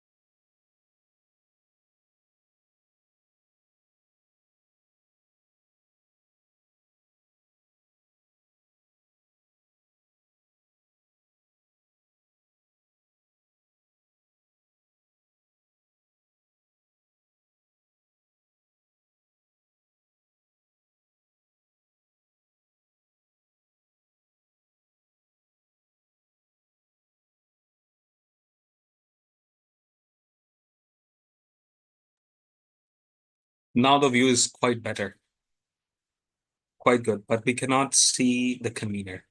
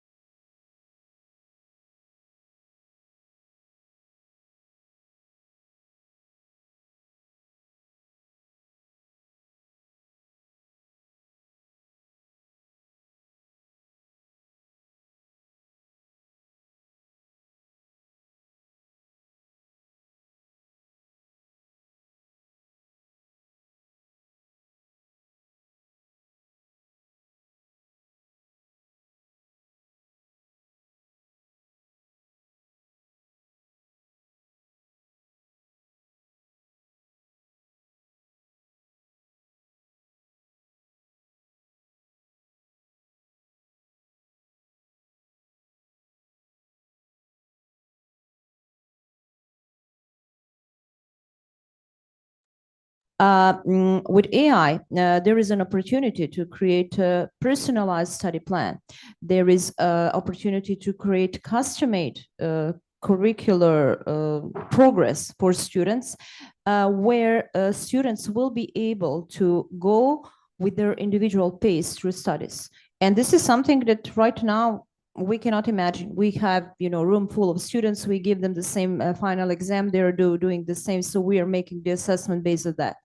Another thing for assessment, for when we are looking actually for the university as an ecosystem, there would be three things and three pillars where AI can make changes. And then I think we can maybe develop discussion around those. One thing is definitely teaching and learning. And this is, I think, something that we have been talking most about and in different in events and situations. But another thing is academic advising and student progress from administrative side. And a third part would be university governance and how AI can be applied in university governance. Thank you, Dr. Nicolina. So as you can see, it is not true when people say, okay, now universities are no longer the right place to prepare students for the future, because we are very much aware of the challenges, and there is a transformation happening, as you have discussed, in universities and in business schools to try and cope and cater to the needs of the market. And this takes me to my second question to Professor Murad, which is basically, we always talk about the challenges of AI, but also AI has an extremely positive impact on education. And maybe if you can help us understand how it can impact the quality and accessibility of education, particularly in higher education. Actually, in higher education, how it can have an effect. We can use different methods. As an example, for success prediction, this is one of the examples that can be used. Success prediction of the students can be done by using AI. So each students are behaving different. Their understanding capacity is also different. So generating different approaches to each student by using AI system can increase the amount of knowledge transformation. This is one. Also, the assistants or translations can be used. Picture recognition systems, sound recognition systems can help students to understand the things better. Virtual reality based on AI can be used to increase the quality of education. But for all these things, first of all, in the universities, the culture of AI has to be established. For all the professors, for all the students, the culture of the AI, culture of the technology has to be embedded before all these developments. Also, supportive tools of the AI, there must be investment to the supportive tools of the AI to support education. This is what Thank you. Can I say? Yeah, yeah. So as you have mentioned, it's really having a positive impact on education. It's actually going to change many things and make education much easier. I mean, AI now is a private tutor to several students around the world, and it can help anyone, whether there is it's people with particular special needs or people who have difficulties in learning, let's say mathematics or statistics or even English. It's a tool like no other. And I'm not talking about the complicated unknown tools. ChatGPT can help us do this. Yes. Actually, I am trying to say that each people, everyone is understanding, but each people is understanding with different ways. Exactly. This is. So it's basically creating custom-made custom-made education system for the students. This will help.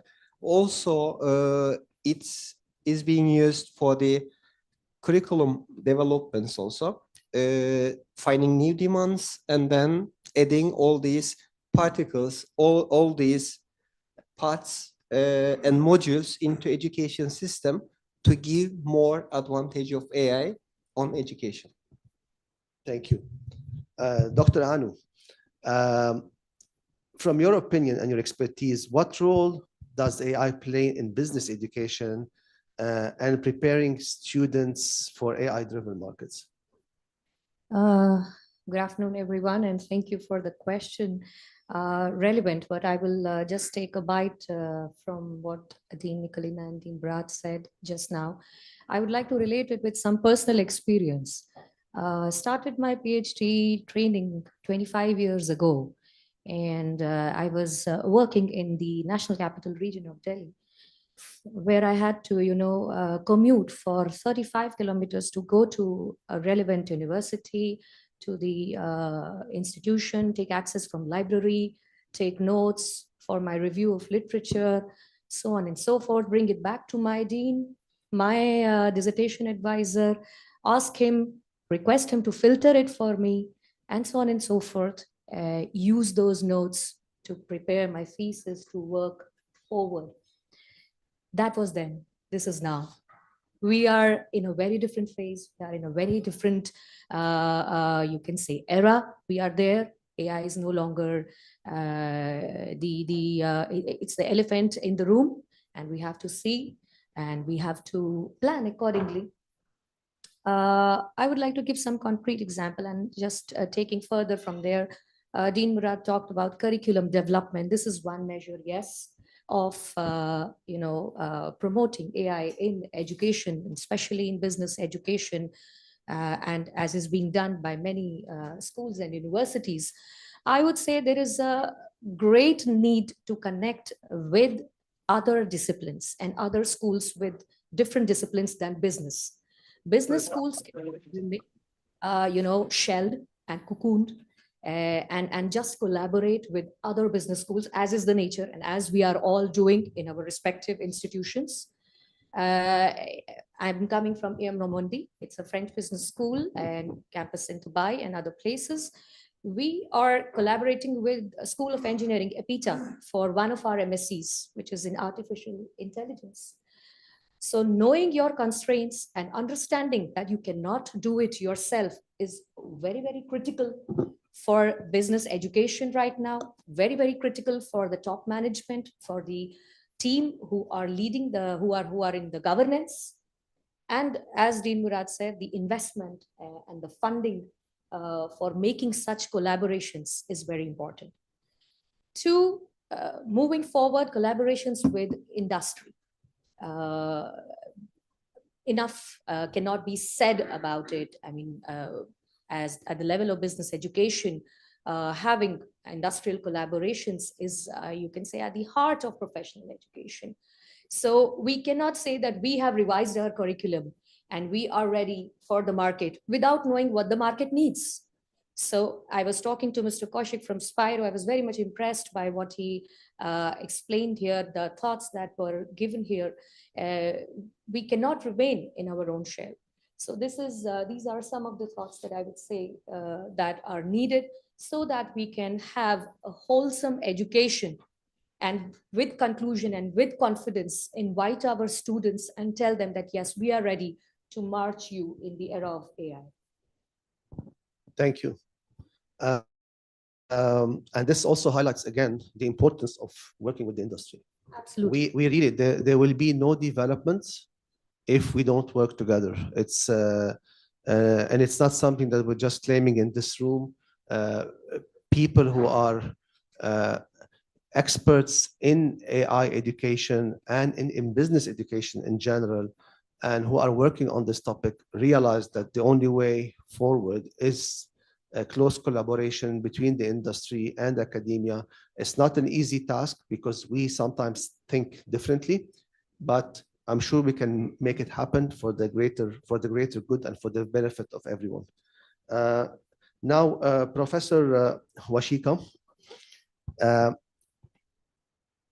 how can academic leadership evolve in response to AI's growing influence? You know, like we have to learn while we're leading. Thank you, Dr. Assad. Thank you for having me. Good afternoon to everyone. I mean, it is a really good question. It's sort of the bigger question now, the elephant in the room. How are we moving forward? As a business school, as a dean of a business school, to me, it was really important to understand that AI is not a trend, it's an operating system. And because it is an operating system, we have to make significant changes to whatever we do in a business school.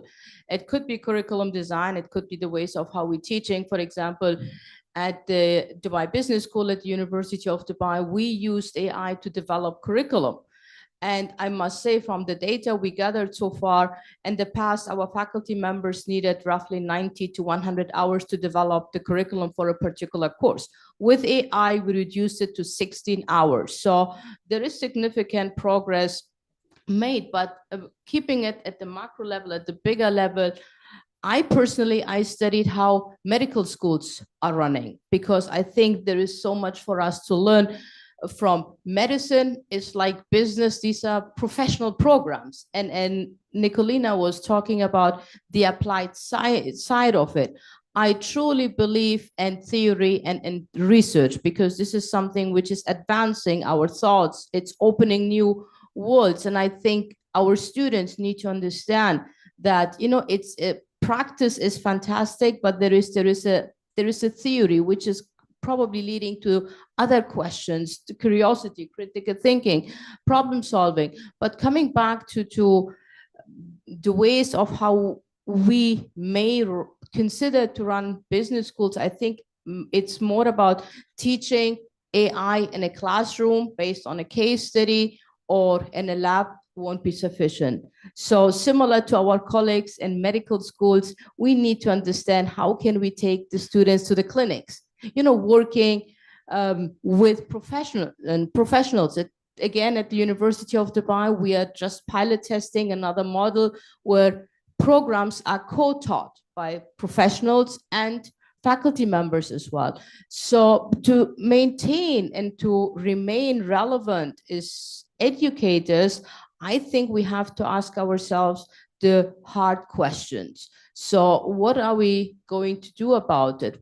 How are we going to change the operating models of our institutions? And coming just back from the ACSB annual conference at Vienna, talking to a number of colleagues from across the world, we were saying, you know, we shared a common pain. Whatever we do, the next morning we wake up and industry is already a step ahead of us. Then we have to rethink and reconsider. Instead of chasing the industry, we need, as the other speakers were talking, we need strong partnerships. We need close collaboration, and we need to bring the industry into our institutions and the institution to the industry as well. These are my 2 cents for what we are going to, or what we are planning to do at University of Dubai, and what I think is going to matter moving forward. Thank you. Thank you so much, Washika. And now we're gonna start zooming in more onto the details. And Dr. Arif, from your perspective, how do you think institutions or universities can prepare students for the job markets in this changing world? Good morning. Thank you for having me here. Well, I came here in the morning. I listened to the CEO's roundtable, and I have been part of this Dean's roundtable.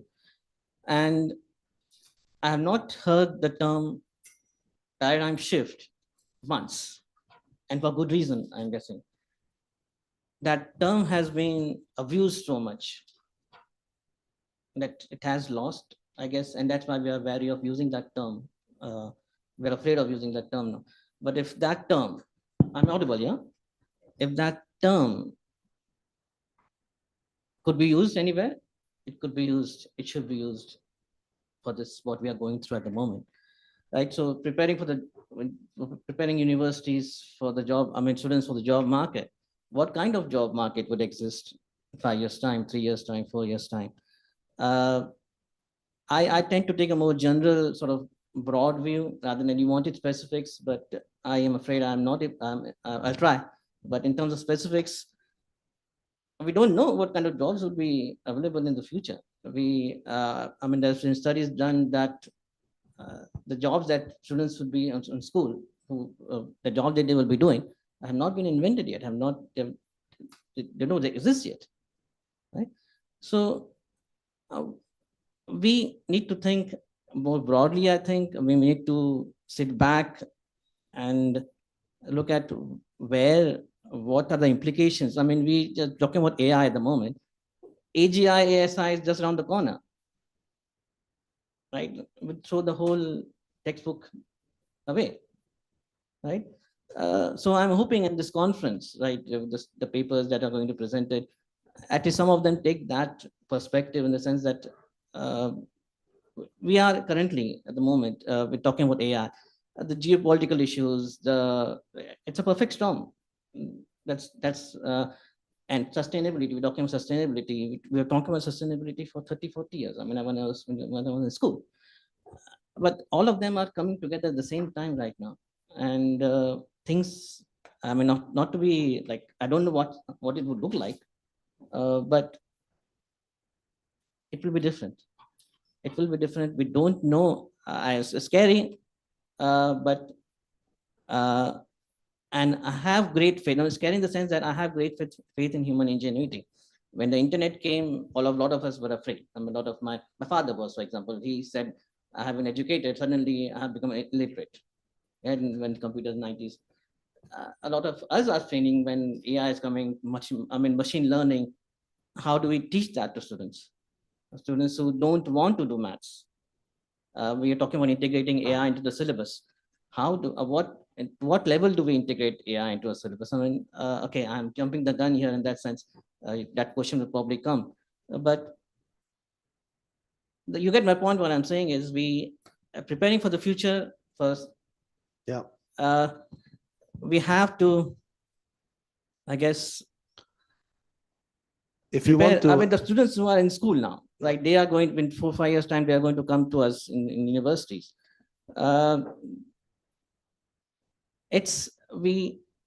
Obviously we have talked to the industry. Okay, the industry people that were there earlier on, they know. Okay, they are probably there. We are preparing our students for them.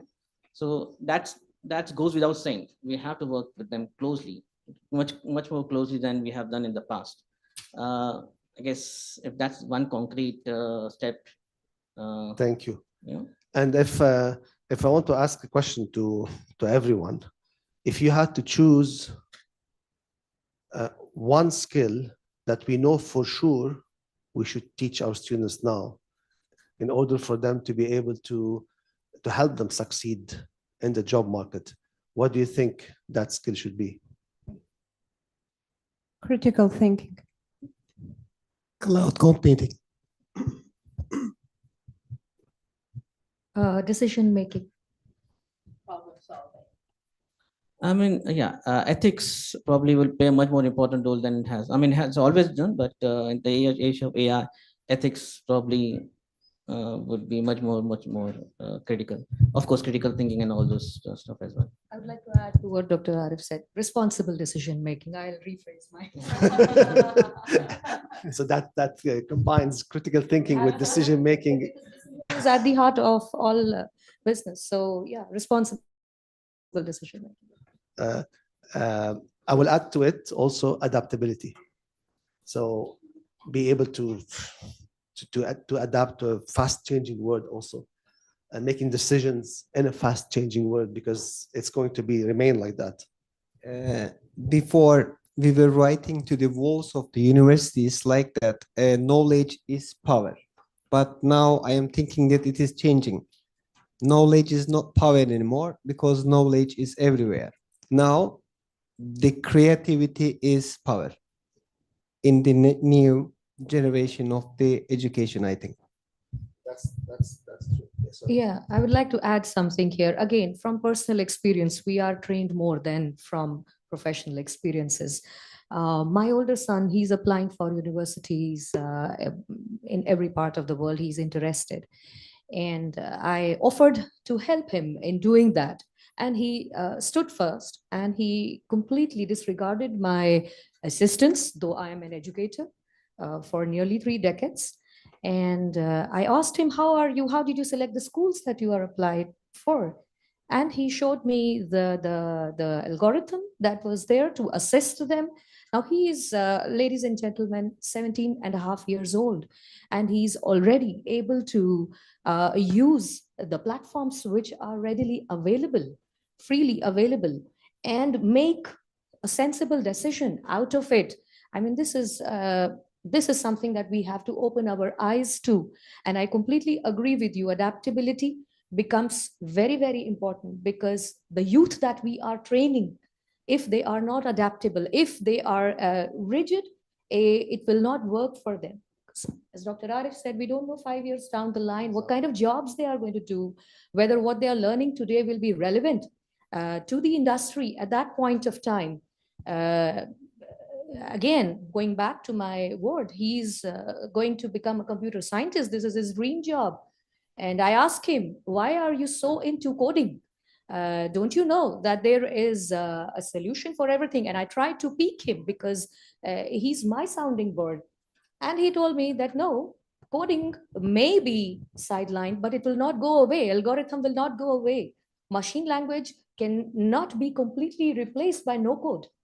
So this is the kind of generation. He made the right decision, by the way. True.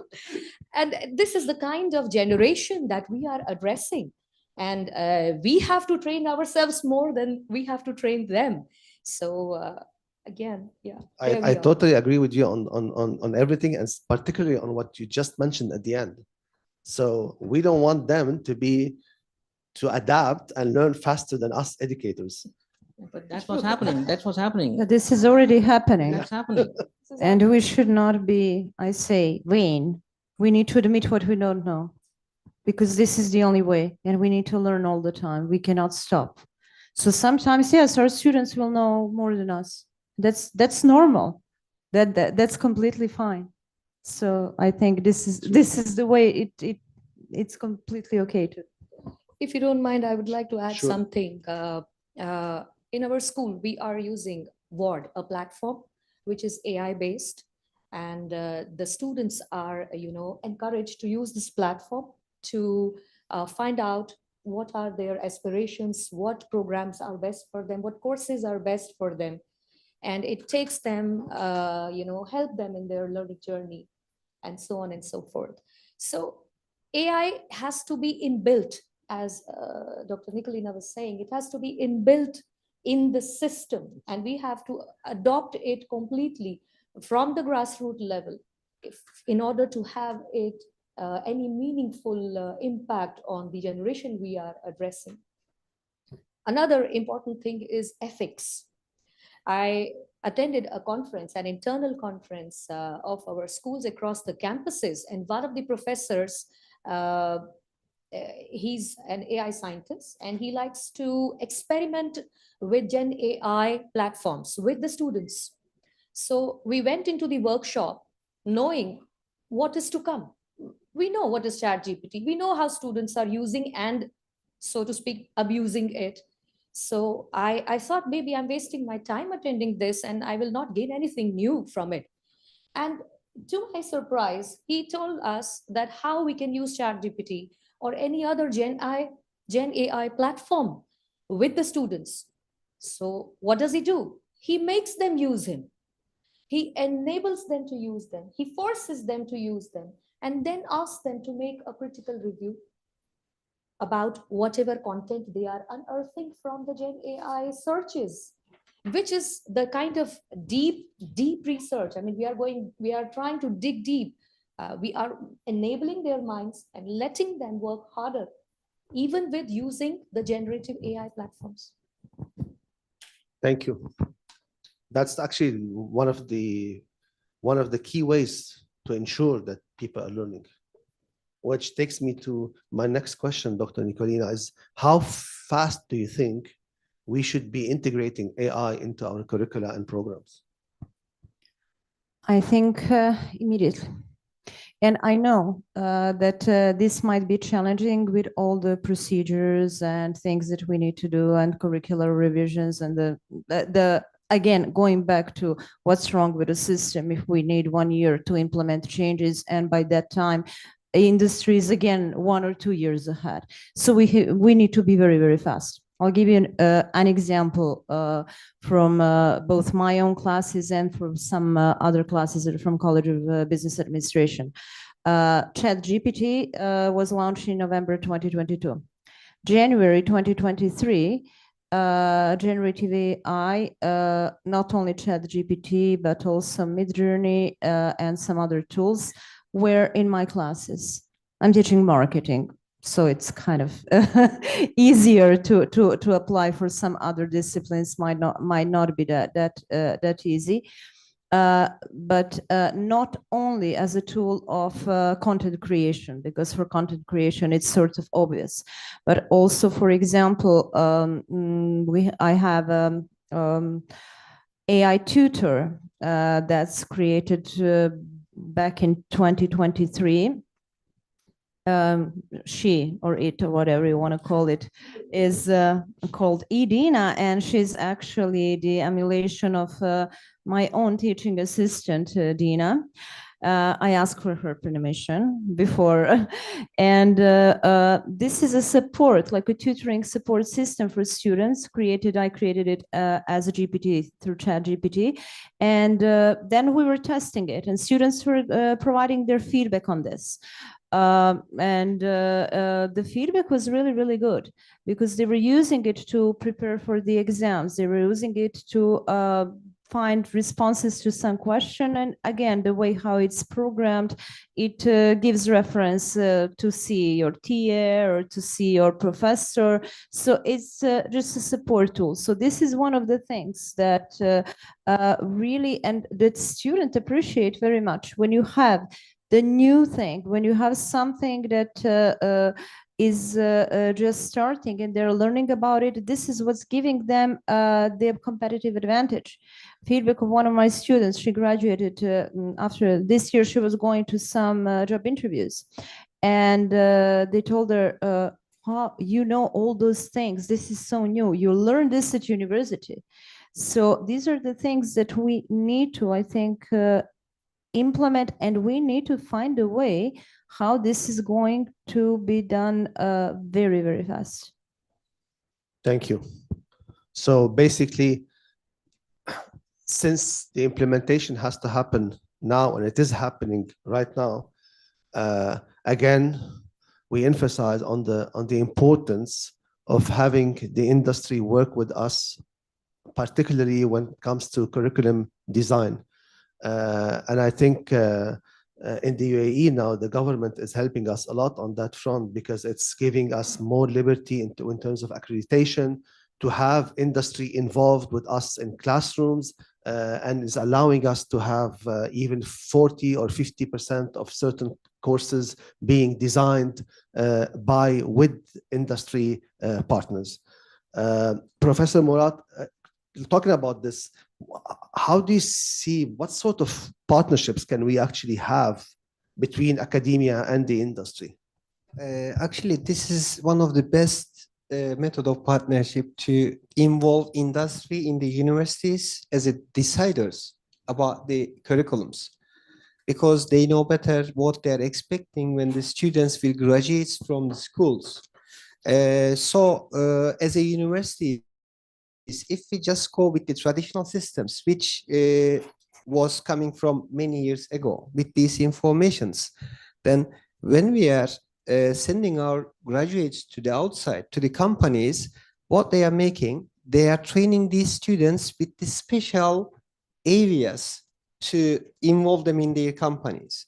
So before them, we can know all these missing points. We can catch all these points that the companies, the industries are asking for, and then we can train them before sending them to the companies. For this reason, the collaboration, very close collaboration is needed. Maybe as a lecturers, maybe as an academics, we have to visit the companies to get some ideas from them, how they are working, because one part is working directly theoretical, the other part is directly working with practical methods. So one is working with, let's say, waterfall model by designing everything from zero. Maybe the company side is working with prototyping method. So the expectations of the companies and expectations of the education institutions has to be matched together. And then maybe internships can be done. So the students can go to the companies, and then someone from the company can visit to the education area to learn how each side is working, the method of working. Thank you. Now I want to move a little bit more closer to academic values and ethics, etc. And Dean Anu, how do you see, how can we balance academic values with those rapid technological changes? Because academia, I mean, it's based on traditions and values that have been here for hundreds, if not more, years.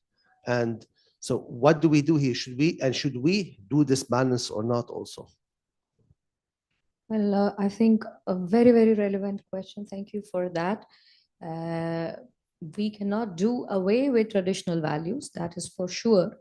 Having said that, at the same time, as you pointed out yourself, adaptability, it goes both ways. So we are expecting our students to adapt. Before they adapt, we as educators have to adapt to the changing value system, which doesn't mean that we dilute the system, but it does mean that we enrich the system. So traditional system, maybe it calls for a face-to-face teaching. It calls for severe integrity issues. In the present times, in the times of AI, we are expecting, and we should train our wards, our cohorts, to be more responsible, to enable them to use technology, but at the same time, use it responsibly, use it ethically, follow integrity principles. For example, when we ask our students to write research essays, we ask them to, we tell them, we kind of scare them that make sure that you do not use resources and not cite them, because we have checkers and platforms. We don't need to scare them. We have to enable them. We have to let them see that how integral they are and how they can use this technology and responsibly give us their opinions, their thought with integrity. So training, I think, is at the heart of managing the values. This is one. Two is the system itself and the support that is lent by the system, by the institution, and how they see themselves in the times to come, in the 5 years to come, in the 10 years to come down the line. So I wouldn't want to, as I said before, in conclusion, dilute the traditional values of teaching, of being there in front of the students and, expecting them to be attentive. But at the same time, I'm myself, I teach, my cohorts are mostly coming from European countries. They are mostly French students or French speaking students. They have like an attention span of a nanosecond.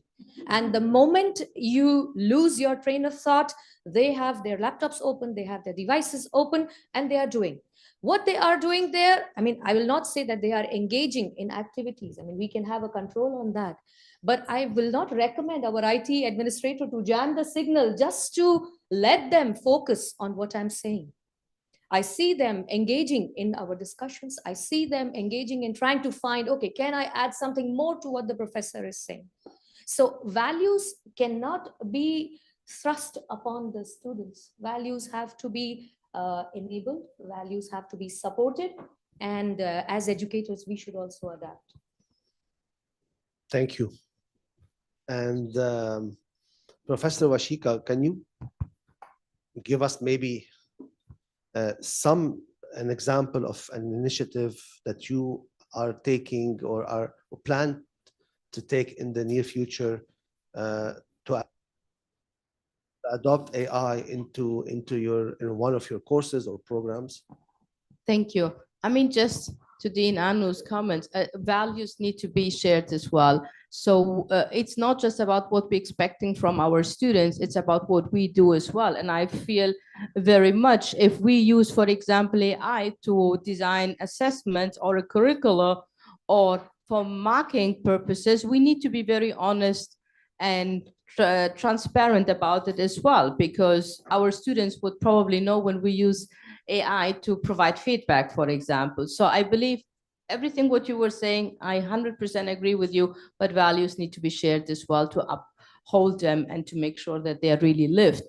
Coming back to your question, what we are doing at the University of Dubai or at Dubai Business School, at the Dubai Business School, the thought or the vision is very much around how can we create these clinics. I was talking about it earlier. So it's not about creating content related to AI in a specific course or in a specific program.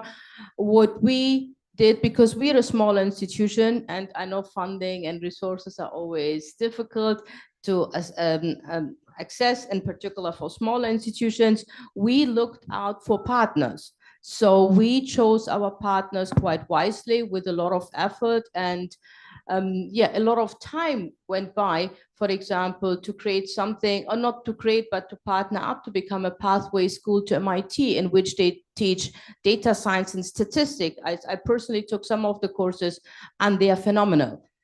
So instead of reinventing the wheel here, it's about how can we partner up, how can we collaborate with leading institutions, could be academia, could be industry, could be government as well, to create the local national capacities as well. So one way is for us, we look for partners. For just again, the last conference, I got in touch with somebody from University of Porto. I haven't really thought about Porto Business School, but then to see what they are doing in a specific area, I thought, wow, that's really interesting to me and to my school, and I brought it back home to me. So it's about partnerships. So we truly believe in partnerships. We believe in building local capacities. AI, as I mentioned earlier, to me or to my school, it's an operating business model. And we are trying very much to embed AI in whatever we do without losing our core values, because as a business school, our core values are to make sure that our graduates understand the core functions of a business. You were talking earlier about responsible decision-making, all of these, because it's similar to the calculator. If you use a calculator, you still need to understand math. You can't do it without understanding. So it's very much, how can we make sure that our graduates understand core business functions, can be successful in the industry, at the same time use AI as a tool to be more efficient, to be more successful in wherever they are. That's something what I feel it's important to understand. It's within the DNA of the business school, you can find AI and everything what we are doing. In addition, of course, AI for curriculum development. I shared with you some of the data. We presented how we generally use ChatGPT to create a Dubai Business School specific subject by subject related, generative AI tool for our faculty members, for our students, because it's all about how can we free up people, free up colleagues, free up students to engage in more thoughtful, meaningful conversations and thoughts. So AI, to me, if I can summarize it, it has to be embedded in the ways of how we teach, the ways of how we do research, and the ways of how we engage. Thank you. Thank you, Ashika. And I'm a witness of Washika's efforts in her school to really partner at different levels, and she was really able to enhance many aspects of education there through these partnerships. So the examples that she gave us are really examples that worked, and I encourage everyone, us and the industry with us, to follow the same footsteps. Last question. It's from your perspective, sometimes we worry that the industry is actually faster in adopting and implementing, and it is actually faster in adopting and implementing AI than universities. So this is a challenge. What do you think business schools or universities should be doing in order to try and overcome this challenge? Well, to be honest, we need to, I mean, it goes without saying, we need to be working closely with the industry, and because it's, and particularly for this technology environment, because it's, as the other panel members have said, keeps on changing. And that then leads to being the curriculum being flexible, right? Curriculum not set in stone. So we we say textbooks not more than 5 years old. 5 years old textbooks will not talk about LLMs at the moment, right? I mean, we're talking about integrating AI into our teaching or whatever. 5-year textbooks are not that old, but in terms of technology, nobody talks about LLMs 5 years back, right? So I guess how we adapt is how the students themselves will now come up, because they, as I said, they are the students that will come into the university have been born into this era.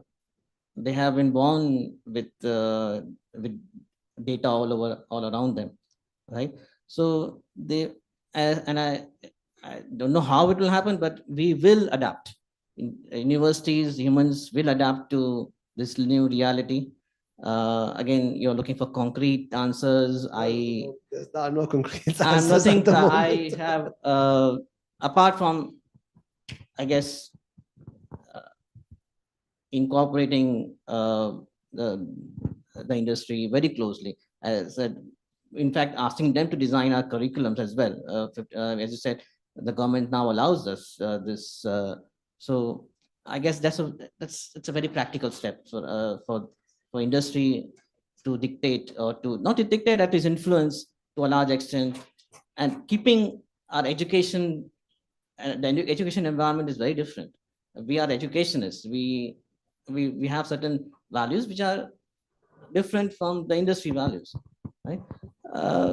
We have then, because it is changing so quickly, there has to be some give and take somewhere. I guess that's Thank you so much. Do we have time for questions from the audience? Yes.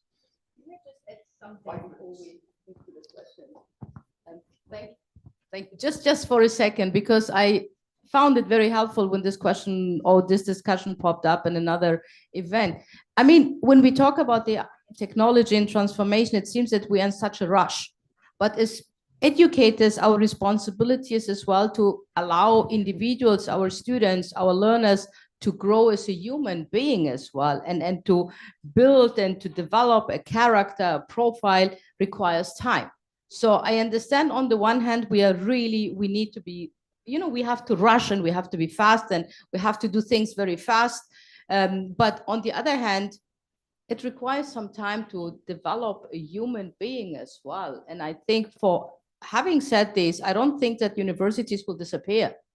And professional, the companies will take over, because they can teach skills and knowledge, but what we can do, give them space, to explore themselves and to become good-hearted, good-minded individuals. Thank you. Thank you. I just want to add something, if you don't mind, quickly. Industry is in a rush for everything, for making new developments, for producing something new.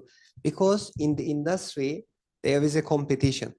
In the education life, we are not feeling this competition, but time is very important in the industry side. If I ask to their industry CEOs here, then they will say that the answer is important for us. From ChatGPT, from automation, from X, from Y point, it is not that much important. We want quick answers within limited amount of time and the right answers to be able to make competitions with the other companies. So in our curriculums, in our systems, maybe we have to motivate our students to use AI for the creativity, to be fast for developments. Thank you. Thank you. In Dubai, we have competition. By the way. Yeah, I just wanted to say that It's a rare- there it's is a lot of competition. It's So a rare photo to see deans from different this universities. for you and me sitting there next to each other.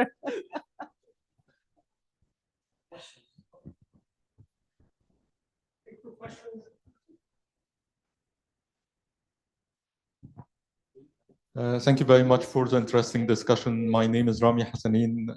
I'm working with Emerald Publishing. Two quick questions. One is about our policy toward AI as a publisher, and I think it's applied to all other publishers as well. We don't have a very liberal policy accepting AI in the research environment, which means we don't accept a full written paper by AI. AI cannot be considered as an author for us. Do you agree with this policy, or what is your view about it? My second question quickly is, with the new era of technology, a new era of AI, which is I'm expecting even to develop much further in the future to some more new advances or new technologies that overcome AI even. Do you think the shape of teaching will change as well? Do you think our teaching methodologies will change? Thank you very much. I will not answer because it will take the conversation that will extend this for 2 hours. So go ahead. For the first part that you asked about your policies, I think that policy of not accepting a fully written paper by AI is completely fine. Because I mean, then 10-year-old can sit in front of ChatGPT, ask it to write a paper about this and that, and it would go there. So, I mean, it can be submitted, it can be reviewed. But what I'm thinking again, but let's see where things are going to go. The things might be moving over time to something called co-creation with AI. Using AI in a manner that is not the way that I'm giving you prompts, you're going to give me something, you're going to write it for me, as a collaborator, as an entity that we will have conversations with. And then through those conversations, maybe something can come up and maybe we will have even intelligent agents in 20, 30 years that might be allowed to be co-authors or to be written there. I think there are many possibilities, and that first thing is that we have to maybe be open to start viewing intelligence from maybe some different points than the traditional ones.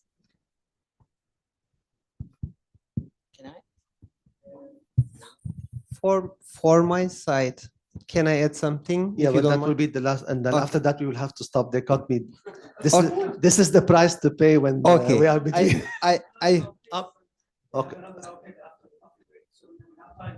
Okay. The plagiarism is allowed up to some points, some percentages. Maybe this plagiarism can be used in the AI part also. This is a.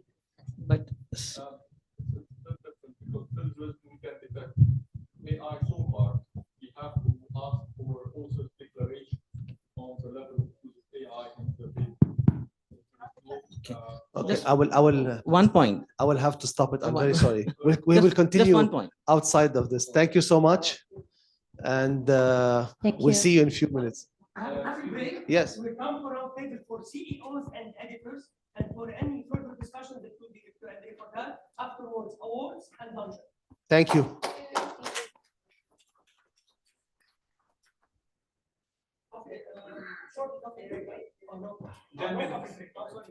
My mistake.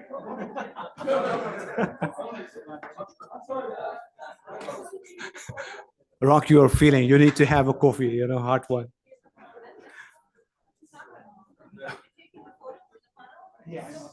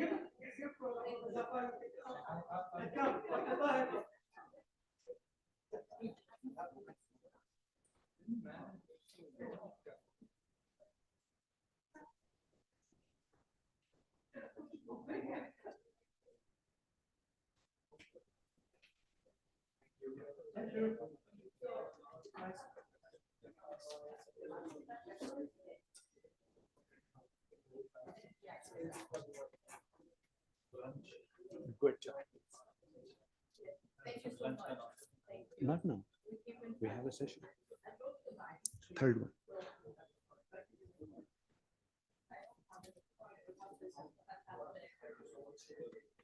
So before lunch, we have another session. And in the morning, you have seen CEOs, and afterwards we have seen the deans talk. And now we are going to mix two people. So CEOs and academicians from research side, they'll be together. We now move into the critical dialogue on the evolving landscape of academia in the AI era. It's time for the Dean's Roundtable to be over, and CEOs and the Research Editors Roundtable to begin.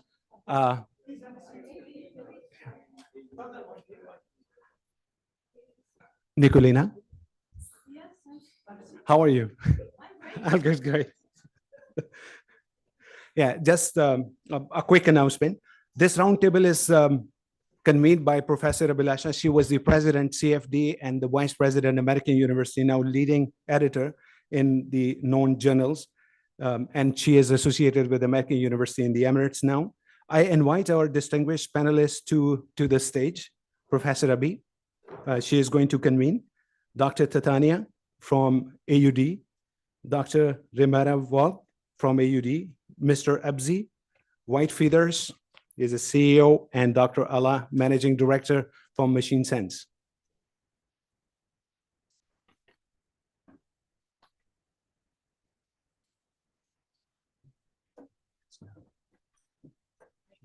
Sure. All yours. Is it working? Not yet. No. Can I proceed without the microphone? Please don't do that, because online people have people only online as well.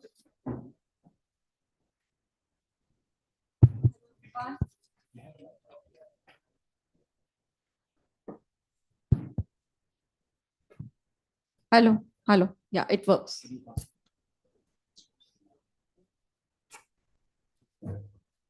It works. Yeah. Good afternoon, everyone. I mean, a very valid question before we proceed. You want lunch break or you want to proceed with this? Yeah, because we don't have any other option. I was just checking. So, Salam alaikum and a very good afternoon to one and all present here. Since morning, we have been very carefully listening to all the CEOs, starting from the keynote speaker. He was great. And then, of course, we had the address from Dr. Rock. They all touched upon one very important point, that which I can probably precisely say, that AI is inevitable. So it has already invaded our lives. So once again, welcome to this session. It's going to be a wonderful session. I hope so, and you all are going to enjoy. We want you to concentrate more and more because there can be some awards in between, and it can range up to probably 10,000 dirhams. So all of you are with me? All of you are with me? Good afternoon. Thank you. Okay, wonderful. And you know, we are sitting on the chairs, which is like the chairs of Maharaja in India. So it's a very nice chair as well. Let's enjoy that also. Once again, welcome to this vital and very forward-thinking roundtable discussion, which is organized under the session, which is 28th ABMC, I can say Academy of Business and Management Conference, popularly known as ABMC. And the theme was very fascinating for me. The theme of this year conference was future-proofing business and academia in the age of AI.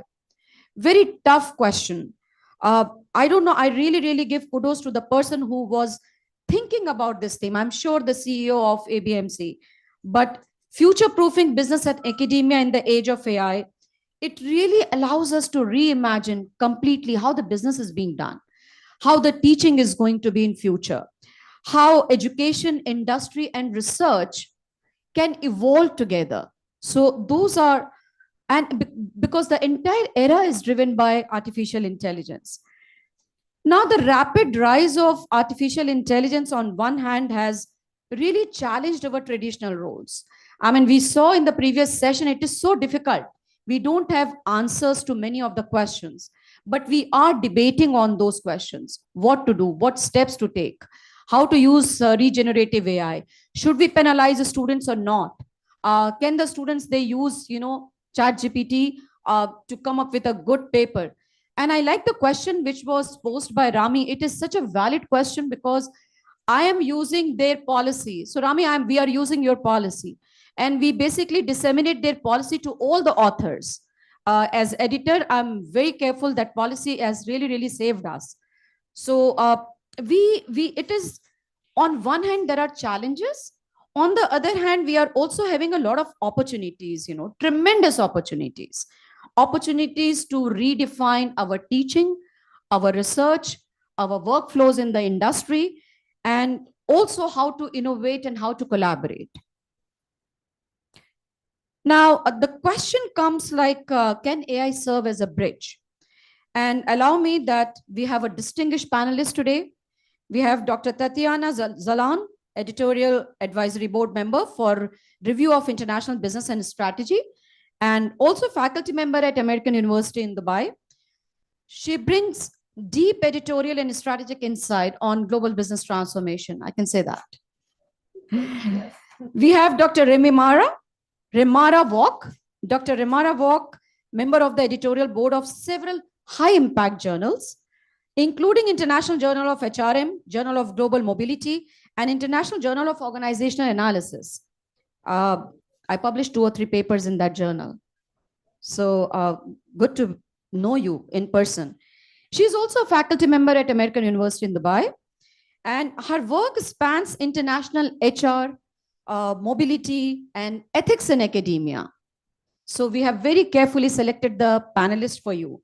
We have Mr. Abzi Lilani, CEO of the White Feather Group, and covering the Middle East and Europe region, right? He's a business leader, and we are so happy to have you, Mr. Lilani, here, because you are having first-hand experience with the changing talent landscape, I can say, and especially the AI-driven future of the work. We have Dr. Ala Ahmed. Thank you for being here, Dr. Ala. He's the Managing Director of Machine Sense IoT, Internet of Things, at UAE.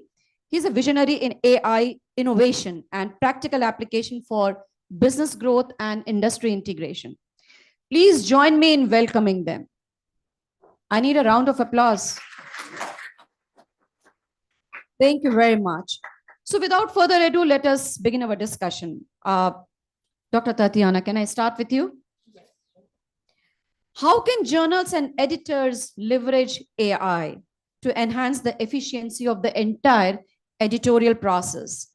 and also to promote the published research effectively? I think we're still in the very early days of doing this. Maybe I can take a mic. Yeah, so we're still in the very early days, but we're trying to figure out how AI can help us. But I see at least 3 applications or 3 ways of enhancing the editorial process efficiency. And one is just automation of repetitive tasks. And we all hate those things, things like plagiarism detection or checking for the grammar of submitted manuscripts, and also the manuscript screening system itself could also benefit from AI. Language clarity, or probably adherence to the guidelines of the journal itself. So helping with these tasks would really be beneficial for the efficiency of the editorial process. Another one is identification of suitable reviewers. There are AI tools that now help you to establish connections between the researchers, so you can actually select the most suitable researcher or the most suitable reviewer for that particular paper, but also to exclude any kind of bias, or maybe due to institutional affiliation, for example. So that's a second one. And the third one is just really with promotion of the material. AI tools are very good at summarizing text for different for different audiences, so you can basically rewrite very easily with the help of LLMs the paraphrasing. text, paraphrasing it, for say policymakers, and there will be a very different message perhaps for business people out there. So AI can help you doing this. You can also tag a lot of papers and studies, and that will appear in the feed of some of the researchers wherever they are on some other publishing sites, for example.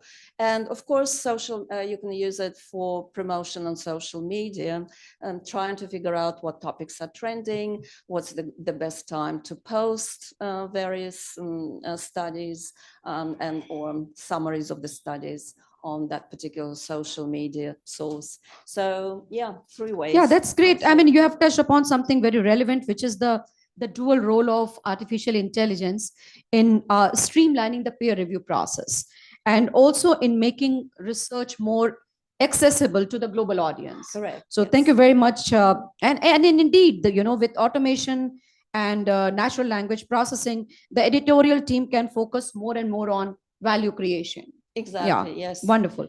Can I move to Dr. Walk? Dr. Walk, how is AI being used in academic research and peer review process? Thank you very much for this question. Yeah, so AI is being used throughout the submission and review process. Authors for many journals now have to declare how they've used artificial intelligence and where exactly in the process. So it could be idea generation, it could be analysis of the data, it could be formulating research questions or identifying gaps in the research. So that is what I'm seeing. And then yes, also in the peer review process, and that's actually similar to what Dr. Tatiana was mentioning, that it is being used to identify suitable reviewers. And I think that that is a great potential of using artificial intelligence in academic research.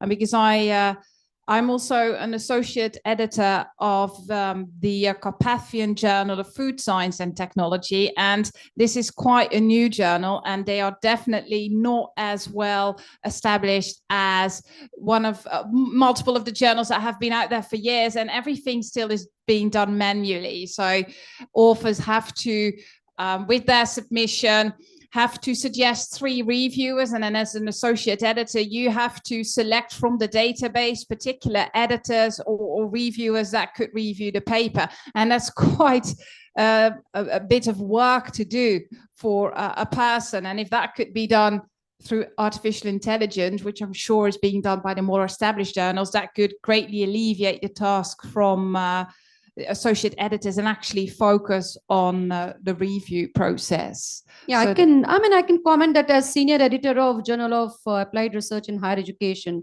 which is Emerald Journal, we are utilizing artificial intelligence here.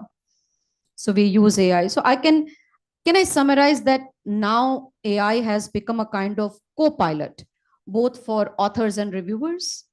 Yes, that's right. And it also helps the editorial office, for example, to identify certain issues that are not correct in terms of the submission. So each journal, as you know, has their particular submission guidelines. And if you publish with the same publisher, it's more or less the same. But if you publish with different publishers, they all have different submission requirements. And it's very easy for authors to overlook certain minor things, like where do you have to put the declarations? Is that on the title page or is that at the end of the manuscript? And now artificial intelligence is being used to identify issues also with referencing. So for example, if you haven't included a full reference of a particular source that you've referenced in the text, then AI is also being used to identify these discrepancies. So that also alleviates a lot of work from human beings. Thank you very much for your comment. How many of you are from academia? Can you raise hand? Good. So these are very important points for you to take note.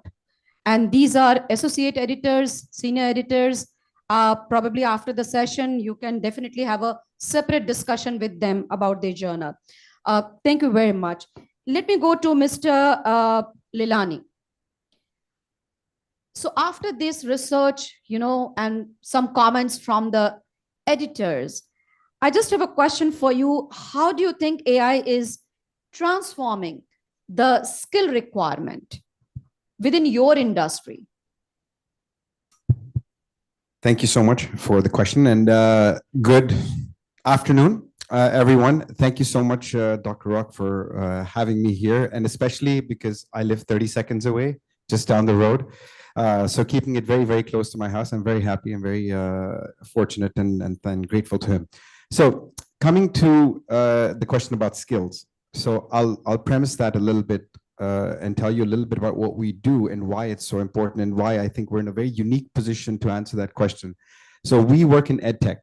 So we are education technology, and we build business games and business simulations using AI, using case studies, putting them into a simulation, and using them with more than 500 universities globally, right?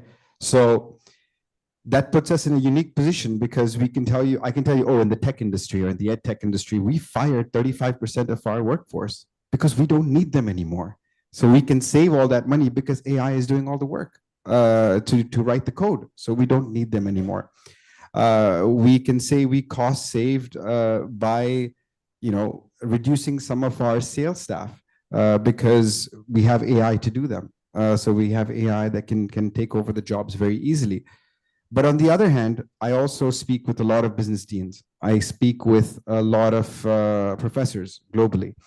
And I can tell you a little bit about the skills that I see or I think are very, very important for the students of today and for tomorrow. And most of them, by the way, all the deans before mentioned it: critical thinking, complex problem solving, responsible decision making. I love that one. I always say decision making is very important, but responsible decision making is absolutely critical. And the one thing I will say is, when you go to university, any university, right? It's supposed to teach you how to think, right? That's the important thing, how to think, right? It's not about what you're going to learn. And especially in today's day and age, anything in any textbook, you can find it on ChatGPT, right?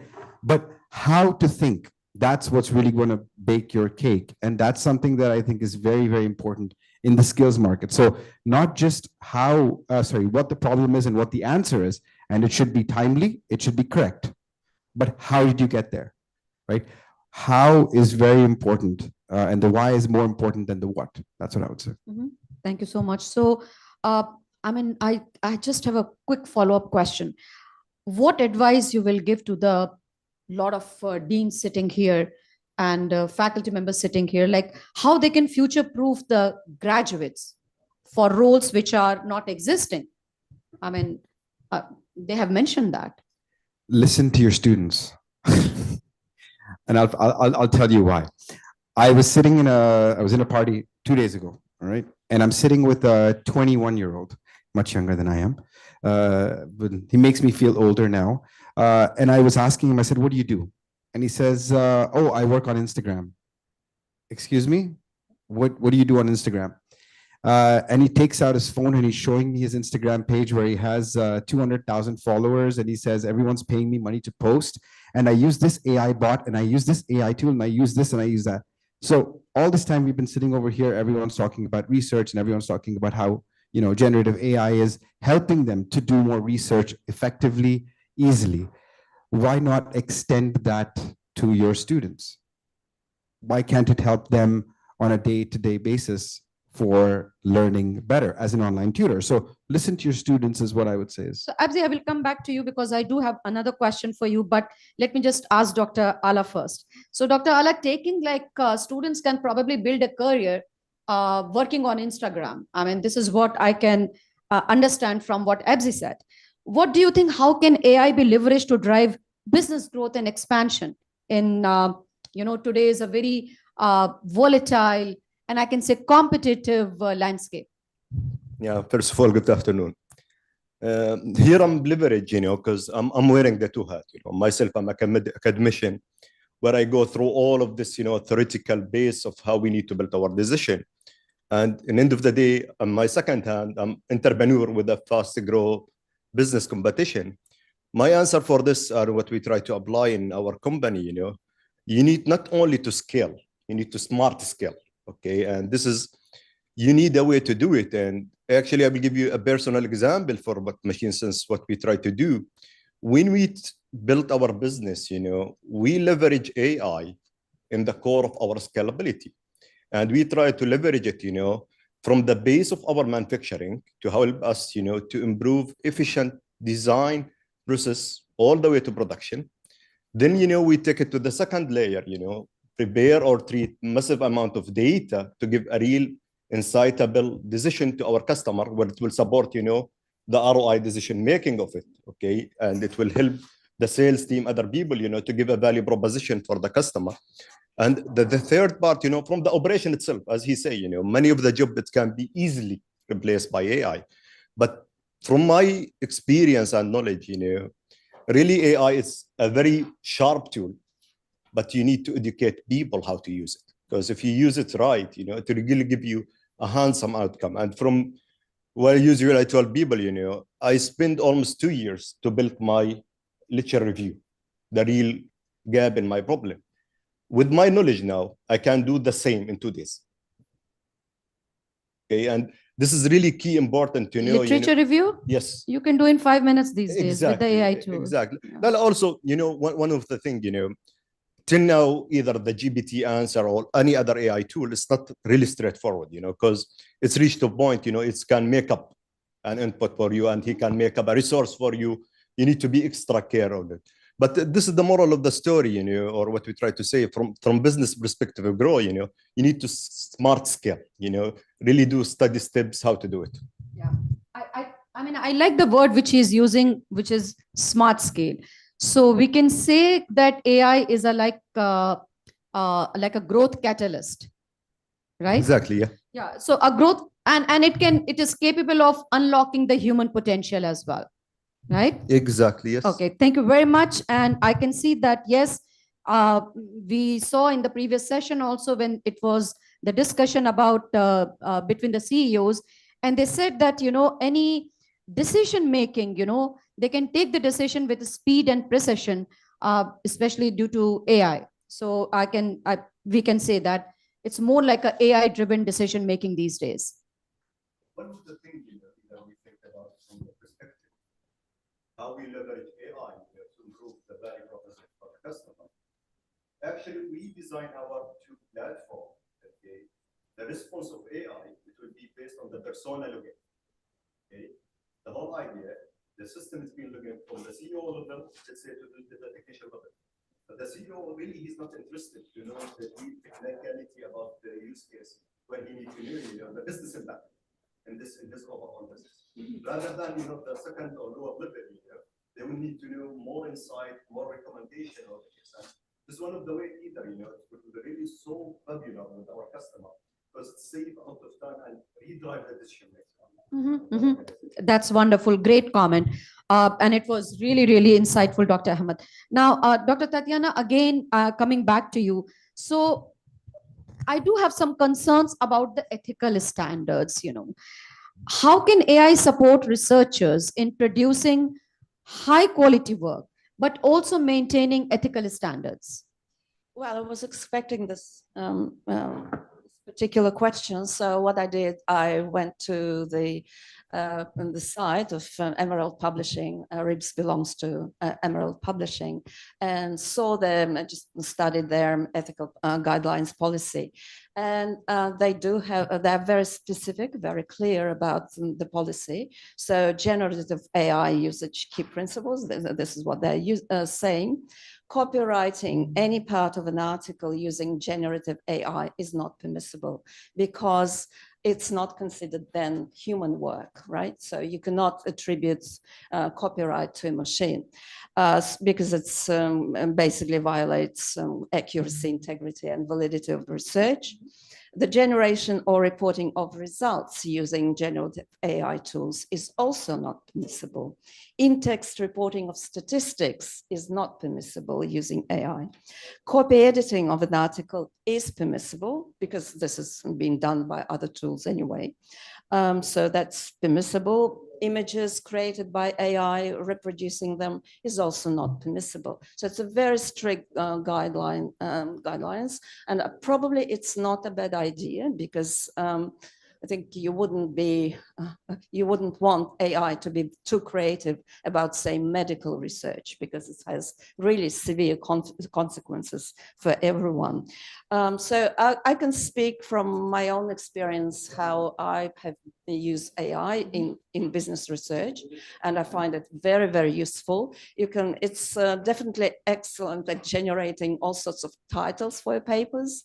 You can ask for 10 different variations that will do it very easily for you. You can also use it for brainstorming. I think generally speaking, Gen AI is very good for brainstorming any type of work, not just academic articles. It can be used and has been used very effectively for literature reviews and systematic literature reviews, including. It can be used if you're a qualitative research and you're doing some qualitative research in what you want to extract some high-level codes. You can do that as well with the help of ChatGPT. It's pretty good at that. What else? You can basically test hypotheses. This can be done, or you can use writing assistants, if you will. Yeah, but as far as ethical concerns goes, I think all researchers should really follow the guidelines of the publisher. Yeah. And also on the other hand, we're probably us as researchers, as editors, we need to be promoting good work, which is the result of co-intelligence, if you will, result of some work being done by researchers themselves and some work being done by AI, and showcasing this work as something that can produce maybe better results than just a researcher working on their own. I mean, you rightly emphasized on both ethical guidelines, to follow ethical guidelines, as well as on transparency. So we can say that AI can be a good assistant, but it cannot be a shortcut for scholarly rigor, which is important. So definitely, the scholarly rigor is critical as well. Absolutely, I agree. Yeah. So thank you very much for that point. Ramara, can I ask you another question related to the same area? That in what ways do you think that AI is reshaping the future of, scholarly impact, or let us say the global research impact, the future of scholarly communication? Yeah, thank you very much for that question. And before I answer that one, I would like to respond to your summary just now, referring back to what the gentleman said about involving students. And yes, a scholarly rigor is very important. And I think that, yes, we need to listen to our students, but students need to also take note of what we say in terms of how do you use AI in the right way. Because in contrast, for example, to what Dr. Tatiana was just mentioning about, you can't generate images or pictures in journals from AI. That is something that I'm fine with that my students do. But what they also do is literally copying a whole literature review from AI or ChatGPT without checking whether there's any coherence or flow. And you can clearly see that's just, they don't check it and then they submit it just like that. So I think in terms of education, there's a lot of work to be done in terms of educating students how to use AI in a beneficial manner and not to just let them do the work for them, which actually kills their critical thinking. This is basically a typical debate of efficiency and ethics. Yeah. So they just want to do it quickly. That's beyond the scope of this discussion. I realized that, but I thought I'd just comment on what the gentleman said.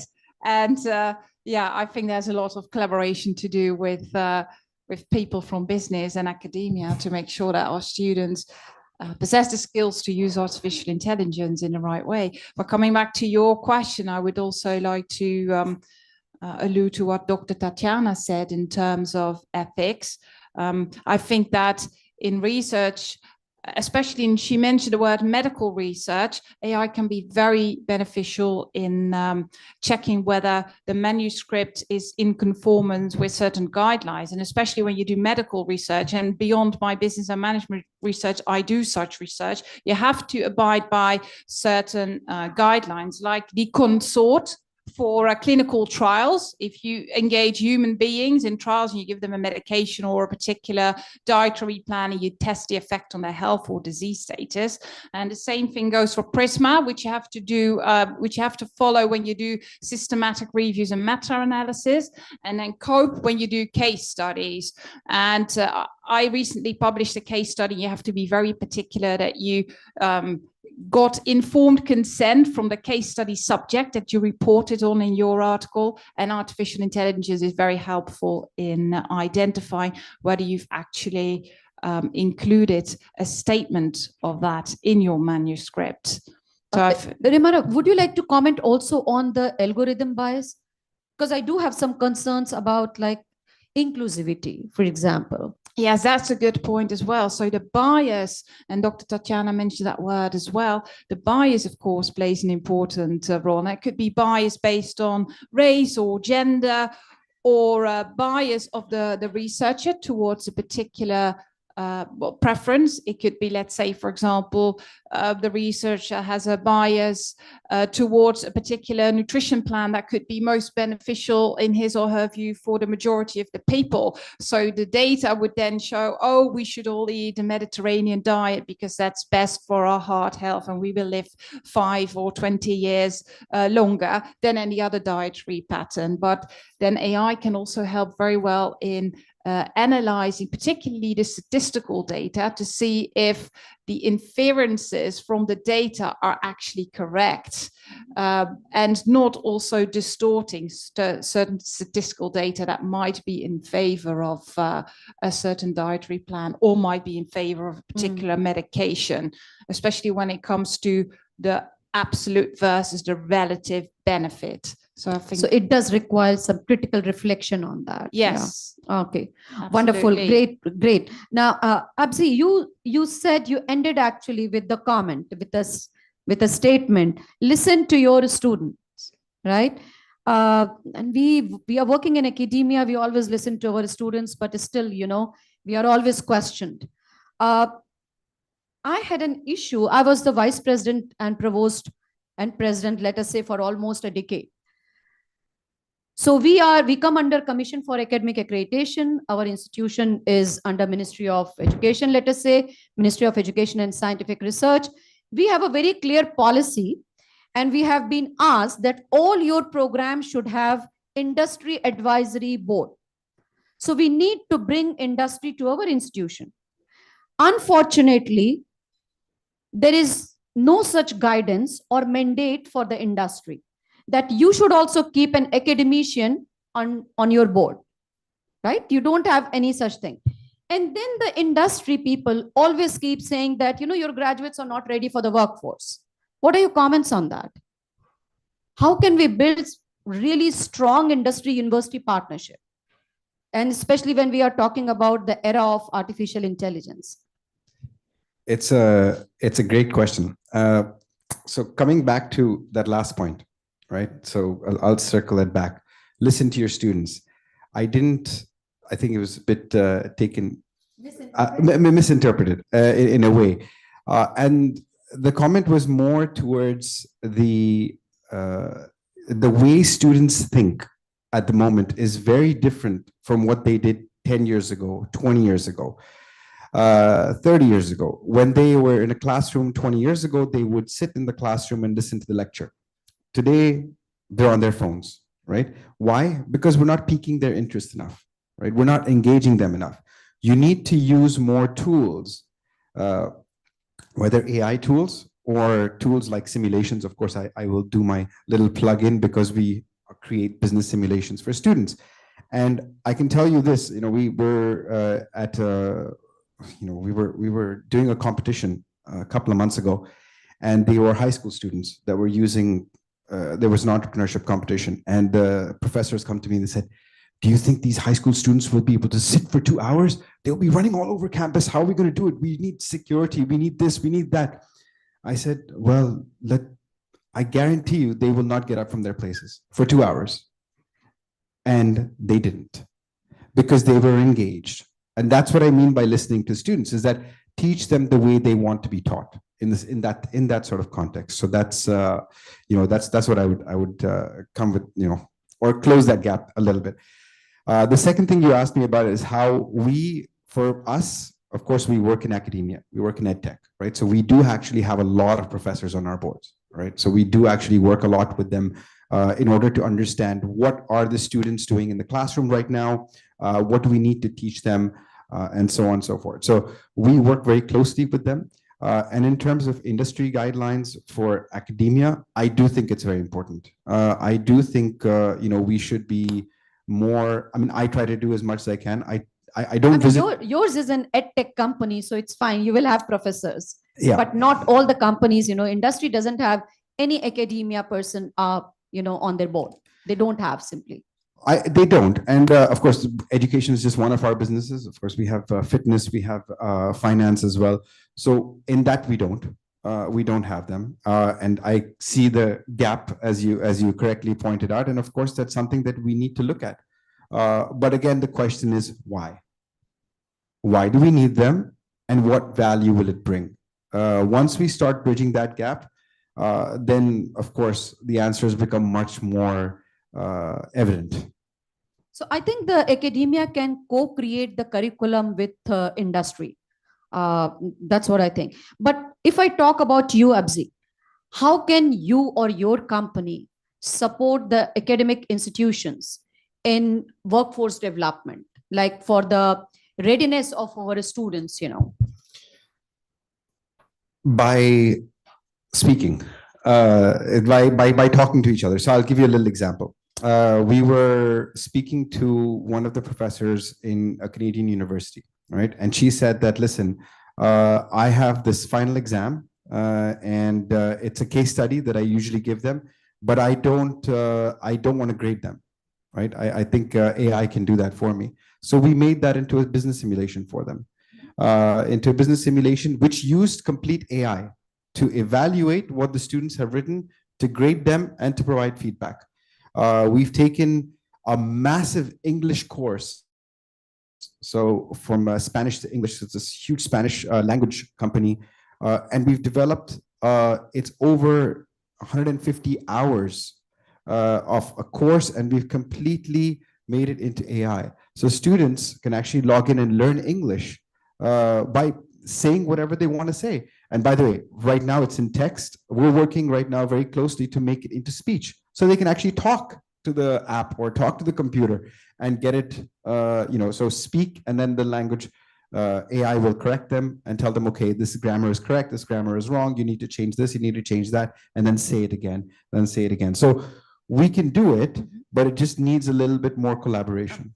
Great thoughts. I completely agree with you that for more hands-on educational system, let's say, and these days we are talking about the higher education in UAE especially is also undergoing a lot of transformation is happening. You know about that. We are focusing on outcome-based education. And I completely agree with you that probably having a more business games, simulations, it will help in, more immersive and hands-on educational experience. So thank you very much for your thoughts. Let me again, Ala, let me ask you one thing. What competencies are required these days? Let's say, from your experience, what competencies do you expect from AI skilled graduate entering into industry? Okay, before I answer that, just to comment in your question and answer, I do believe, the key success formula, for industry, academia to success, both of these two separate entities, they need to melt out and understand, because one of the things, I'm been working in academia for myself for so long, almost more than 15 years, and I witnessed, successful academia industry partnership and a big fail. Why? Some of the big fail, some of university, they stuck in their legacy circle, because industry, end of the day, he will not have a time, just to keep waiting, from the share program till to the dean, to the VC, to the chancellor to take a decision, maybe to take the whole semester. Industry, they don't have that, this leverage of time, he will move on. Because at the end of the day, in the previous session, one key aspect, industry, they want the answer, regardless from where it will come. But I do believe, one of the key aspects for this successful, really, to fill the gap between the legacy between the two organizations, academia is known for their bureaucracy. We love that. Yeah, okay, good luck. We should not, I think. And that's the reason that the entire higher education, I said, is undergoing transformation. Yeah, So, exactly. I agree with you completely. Exactly. And, from answering you, in terms of what we are doing exactly from AI graduate, I'm not looking for a coder, because a coder, it can be replaced with an AI tool. It will cost me $20 a month.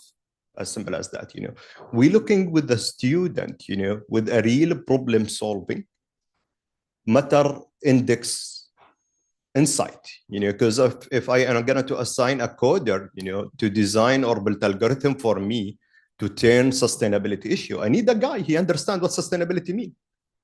In order for him, to be able to fine tune the algorithm where it already exists. Okay, but this is one.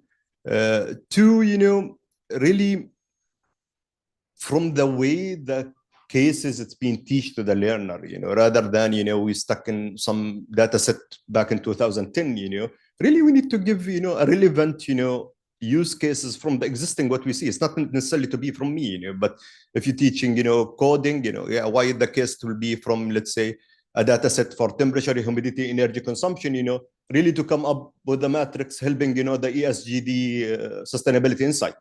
It's the case or the project or the cribstone for your roadmap. But many of the things it can be do, and honestly, in this part of the world, there is a huge gap, between industry and academia, where back in the majority of MIT or the company, it's based on the learner's idea. That's correct. Yeah, there is a huge gap. I appreciate your very balanced view, I can say. I very much appreciate that. AI fluency somehow must be matched with human judgment, and for me, ethical standards as well. So there are a couple of more questions for you, but let me just go to Tatiana first. And Tatiana, when it comes to academic research and real world AI application, as Allah has just mentioned, and as Abzi is saying, how can we really, what gaps you are observing? between academic research and real world AI application? Okay, I'll just talk from my own experience. Right now, I'm working on paper and I'm trying to see how generative AI in particular, can help with customer marketing and creating more customer value and maybe more strategic value as well. We haven't really decided on the scope of the paper yet. And what I'm seeing, and it may be just me, but this is what I'm seeing, that a lot of papers that I read in sort of semi-academic journals like Harvard Business Review, they don't have any theoretical background at all. I think for business people, one of the most important question at the moment is, well, should I implement AI in my business at all? And if I do, what's the return on investment? So how do I create value by using AI? And this is lacking in somehow in academia. We don't have a very good understanding what AI can or cannot do. There are exceptions, of course. I've just come across a paper by Darren Acemoglu. He's the Nobel Prize winner for economics in 2024. And I highly recommend this paper. I don't remember the exact title, but it's on AI and productivity. He's looking into how AI is helping the GDP basically in the United States. And the news is not actually good. It will have some impact, but not as significant as some people would predict. So it's full of insights, it's full of interesting angles that will be useful for people who are working at kind of a macro level, which is in economics, but also micro level, like strategy or marketing.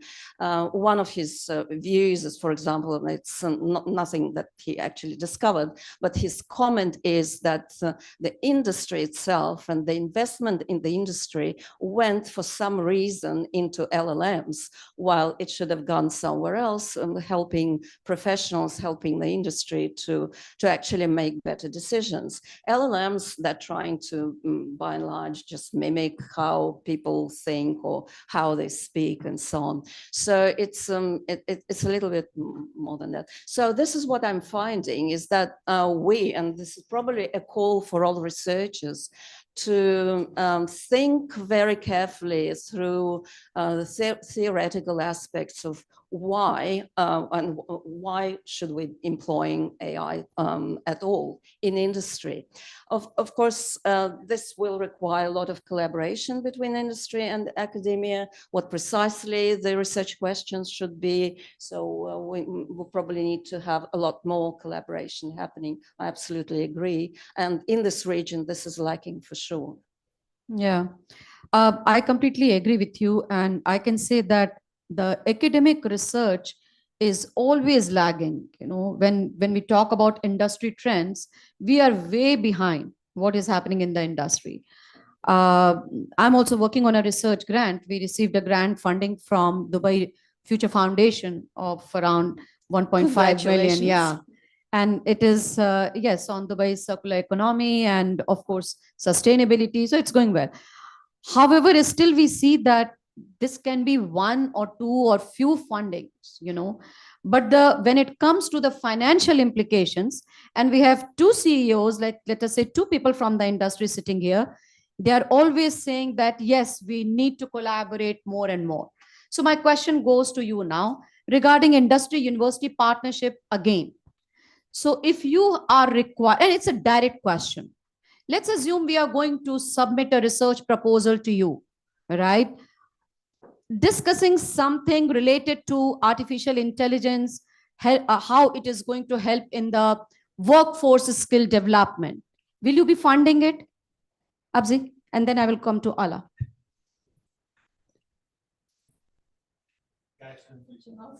Question was followed by silence.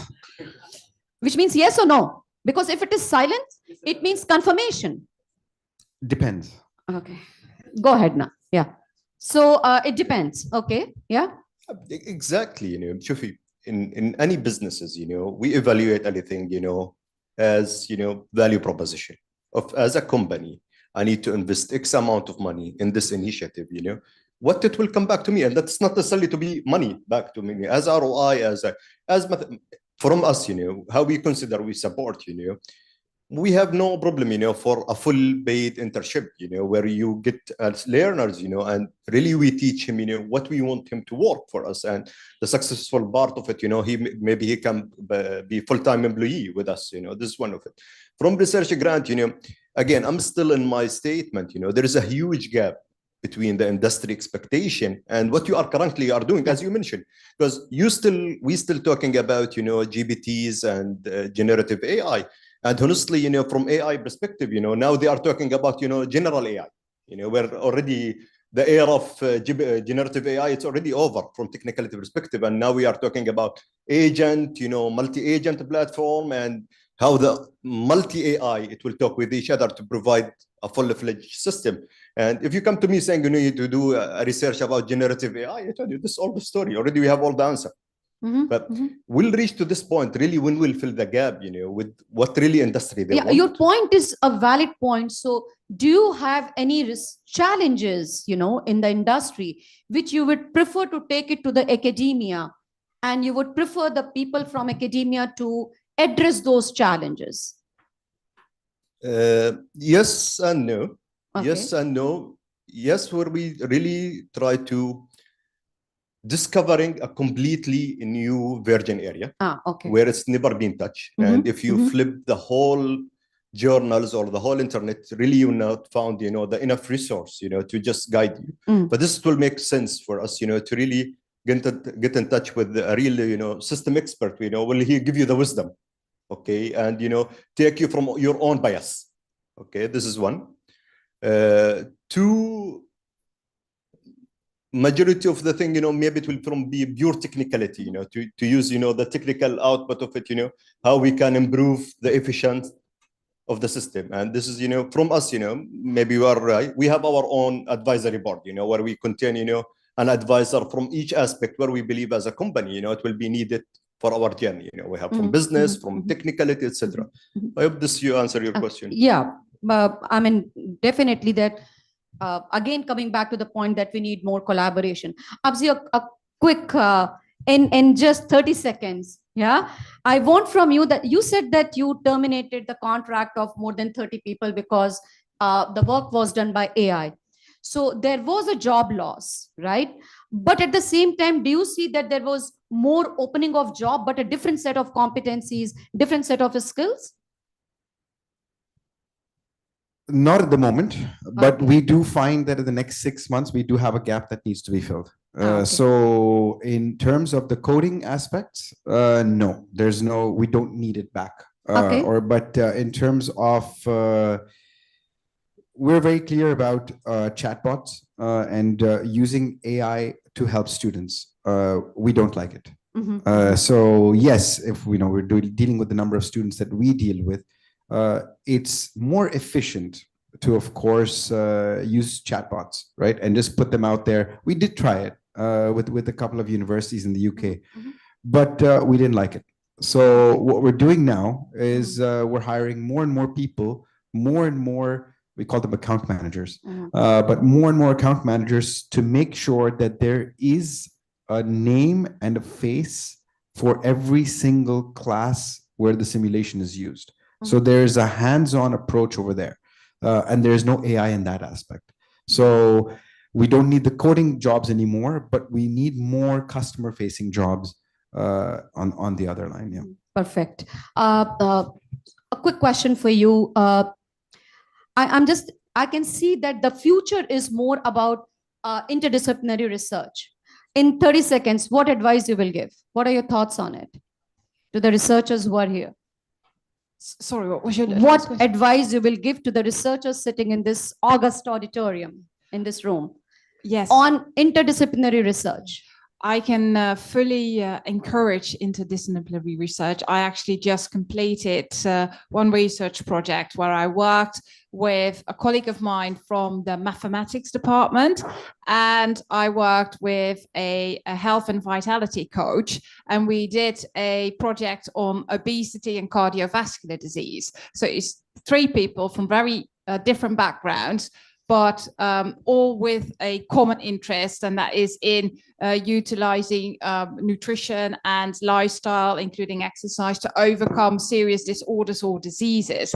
And I find it so enriching to do research from different disciplines and get different views from people. And in addition to that, I also do research with people from business practice. I've done various research projects with one particular hotel in Dubai, the heads of people and culture, and I involve my students as well. And I think they, through involving them, it will enhance their 21st century skills of the students, but it will also help the people in business practice who face certain challenges in their operations to get more in-depth analysis done that they won't have the time for, but then they involve academia and students. And I think that is a really great collaboration. So yes, the mutual benefits of collaboration between academia yes. and industry to tackle challenges that people in the industry are facing, whilst equipping students with skills that are actually useful for practice. Wonderful. And that make them more valuable employees in the future. Yeah, absolutely. It is about mutual collaboration and mutual benefits. Yes, for sure. Yeah. Thank you. Okay, let's open the floor to the audience. Any question? Yes. Yeah, thank you, Doc. Actually, a great panel, as the previous one as well. We thank you. Just a couple of comments with a question on that. Basically, from the editorial and the research, it's very interesting that you are putting on the applied research and the interdisciplinary, bridging that to the industry. And this is something we are very interested and look forward for that. Abzi, you mentioned on the business simulation. I think from the academic side, you understand it. I know that, you know, we've worked together in the consulting and stuff. You've been doing that in the training aspect with companies as well. So you are already bridging in both, right? Not only in the students. So as Dean previously mentioned, we are plug and play. So you're preparing them. I think Dean Assad mentioned that, Dean Nicolina mentioned that as well. So you're doing this. That brings me to the third element with Dr. Ala with machine sense IoT. And you have actually, I know that you've been an academician plus in the industry in major. And with your company, you have accomplished some innovative proprietary projects in sustainability. And you mentioned that. Now, it's on the agenda in Dubai, being the 2050, COP28, everything sustainability. And I know that you have already, you know, working with the government, with Dubai Property for sustainability of devices. How well that sustainability is still primitive in schools yet, let me say in faculty and universities. Did you consider to bridging that gap by making your company, these innovative products that you have done in sustainability and else? If you can shortly brief us as a case study to be used in the classroom, so they would learn how sensitive, you know, sustainability, because it's sometimes a broad element, how it can be tangibly translated. Exactly. You've done a great job. I know hardware and software in that. Yeah. Because as you mentioned, you know, one of the things we understand, you know, when Dubai assumed 2050 sustainability zero carbon, you know, and we figure out, you know, the majority of the buildings is standalone, okay? And it's impossible to apply any sustainability effort on it because it's either all or unconnected or nothing, you know? But the whole idea, you know, when we did our own research, you know, there is no any single offering, you know, to come up to the market to support, you know, any organization or any building in any vertical, you know, they want to jump to the sustainability commitment, where in the end of the day, it will be mandatory very soon here, okay? But that's why, you know, we create our own ecosystem. And usually I like to bargain to say, we are the Apple of IoT, because we are among the only companies, you know, we create the full ecosystem, okay? Where we invent, you know, 25 hardware, really, it can convert any standalone building to fully connected building, sending data, okay? And all what we did, it's completely wirelessly. You don't need, you know, to interact with the existing infrastructure of the building, you know, and this is, you know, really from cost perspective and CapEx, you know, it supports, you know, this people, to start implementing these things, But again, a very unique hardware itself, it's useless without, really plug it in with the right tools or software, to give you UI, AI-based, insightful decision and redrive, the overall sustainability. For both of these things, we are been working together, and we proudly to say, it's a full made in UAE. It's everything we talk about. It's our own invention, our own design. It's our own manufacturing. Yes. Okay, thank you, Rock, for your insights and your comment, and thank you for your response. I think there is one question online. Yeah, Wasim, can you hear us? Yes, Dr. Miraj. Yeah, very quickly, we have just maybe 1 minute with us. If you can ask the participant to ask the question, or if you can ask on his or her behalf. Okay, the question is why we have a difference of goals between academic and industry, where academia wants funding, whereas the industry requests for a value creation. Why this gap? Probably the participant wants to ask that the goals of both the entities. Like I think the question is clear. It's a good question. Yeah, maybe this difference is because of the different goals. I will try to give my own try to answer it. It's two part again. From industry, okay, we need to stop only consumer for academic, and we are blaming. We need to really come up with all my partner previous session to co-create. Really we sit together and redefine what the shape of this, because one of the interesting part, because I'm 100% sure, after 10 years or 7 years from now, the new incomer student, they will ask the industry themselves, do you are AI enabled? Because I'm not going to do all of this manual work. It's both, industry need to be stop consuming and be more co-creator, and academia to be less bureaucratic.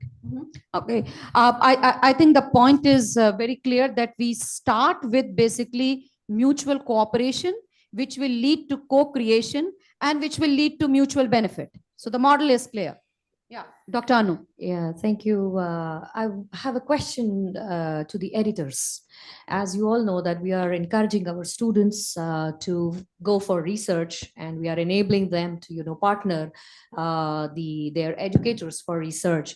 How about, and once we do that, when we do that, it is obvious, goes without saying that they will resort to some easier method of doing that research. So is there any suggestion from the publishing end? Is there any thought about planning master classes for students in higher education by the publishers themselves? I would like to use, if you allow me, from the horse's mouth itself to, to enable the student, aware the student, and make them understand these issues. Dr. Anu, I mean, I will definitely allow them to comment on it, but just to let you know that publishers like Emerald, they do a lot of free webinars, and those are very, very good webinars to attend. And we sometimes circulate to all our faculty members also to register and attend that.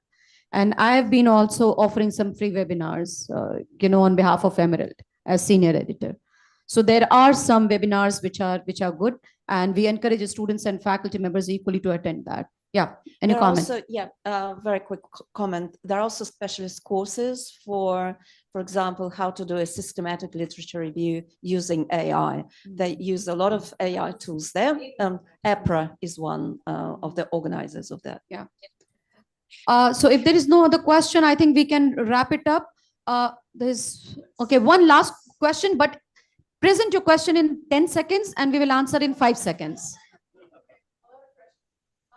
Just a quick comment that the editors available in this round discussion now are editors. So just the round first. But I guess my question is for Dr. Romero.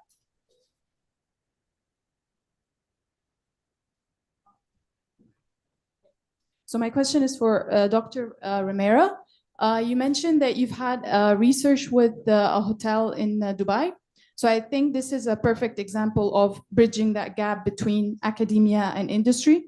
So if you can tell us more details about how did that research impact the hotel, and what do you think for future that collaboration or that bridging between the industry and the academia could be done in a more systematic way that would help both parties?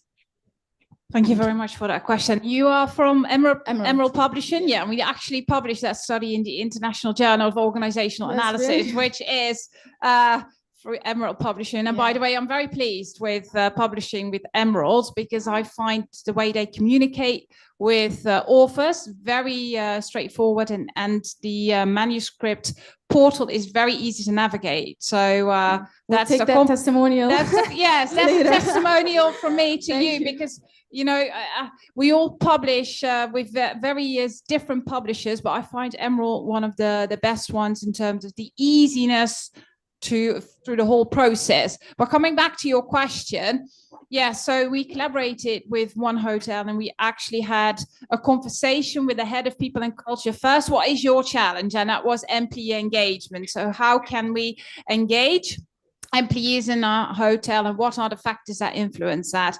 And then actually what I wanted students to do is, and they conducted the interviews because I wanted them to interact with people because they are very good at using technology and conversing in hashtag language. But when it comes to actually having a conversation with a person in the business industry, it's like, ooh, how do I go about this? Scary. So I actually told them, look, these are very nice people in this hotel and you need to go there and actually have a conversation with them. And then they had to come up with suggestions for enhancing engagement. And they came up with very creative activities or events that the hotel could organize to engage employees. And that was more related to better communication or more awareness for health and well-being and work-life balance, which is a challenge in the hospitality industry as it's a 24-hour, 7 days operation. So I try to engage the students very much with the people in the hotel and then explore their creative minds to come up with something that the hotel could implement to enhance employee engagement. So Great question and great response. Let us I hope wrap that it. answers your question. So we are wrapping the session here. Thank you very much for your, thanks to the panelists. Let's take two takeaways. Very important that AI is just not a tool, it's a catalyst for transformation. And at the same time, one more very important aspect is let us come together, keep this momentum, collaborate more and more, get some funding from the CEOs sitting here. And of course, do something for societal good, do something for the industry.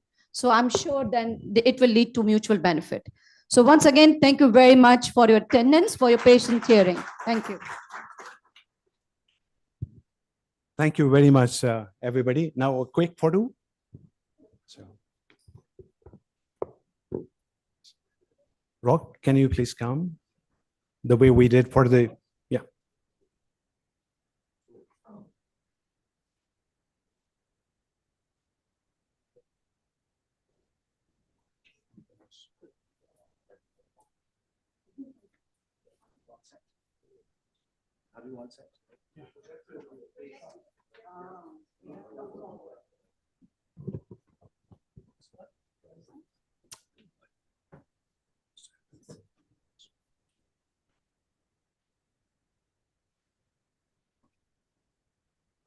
Thank you very much. Now we have a award and certificate recognition and distribution ceremony, but it needs preparation for 30 seconds. Okay. Thank you.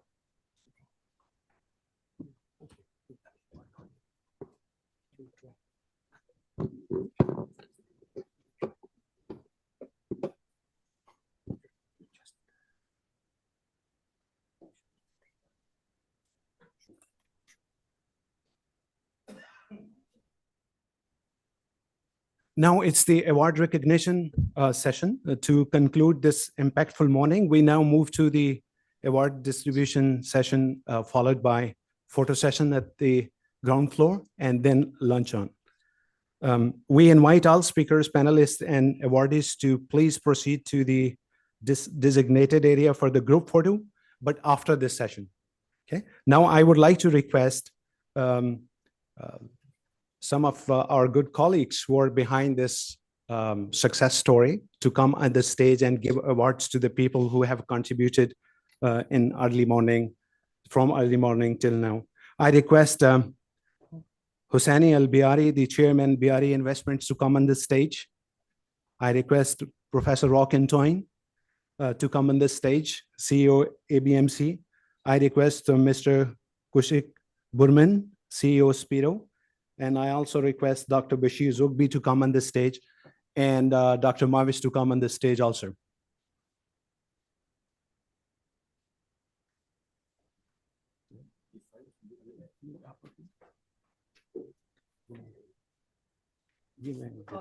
Yes. Yeah.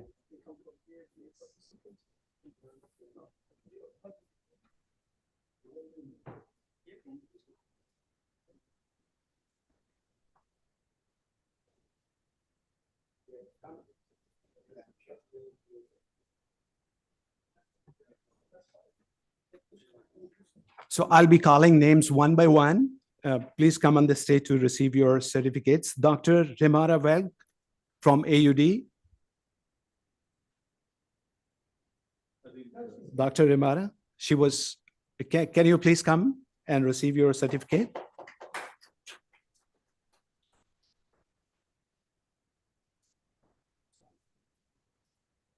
Please come. Sorry to disturb you again. No,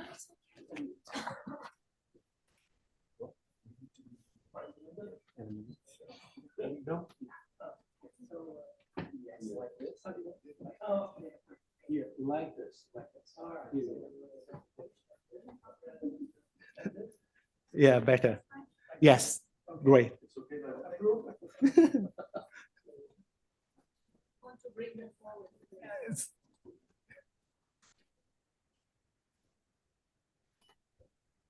Dr. Anu?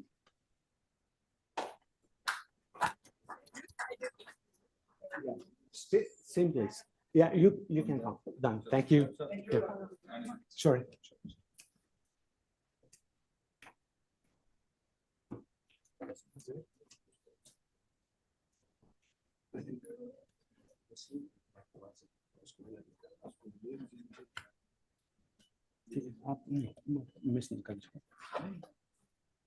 Shall we turn off this so the light can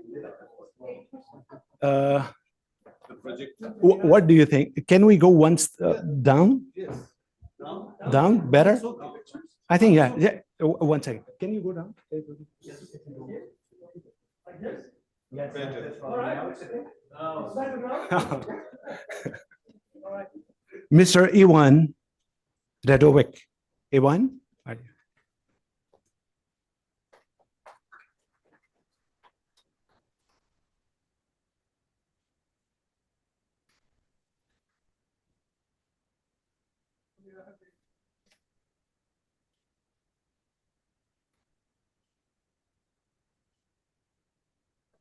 Mr.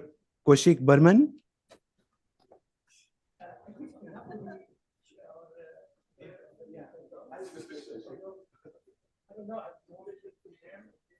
Yeah, the way you're doing now.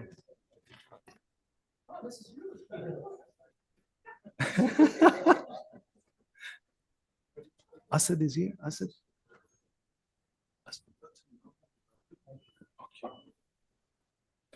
Dr. Asad Farah.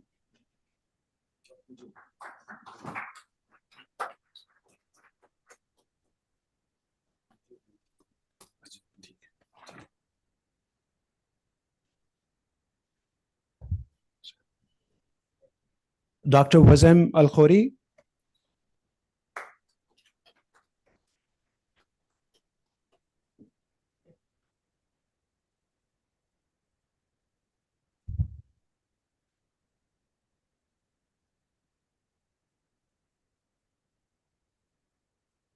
Dr. Nicolina Lejapava.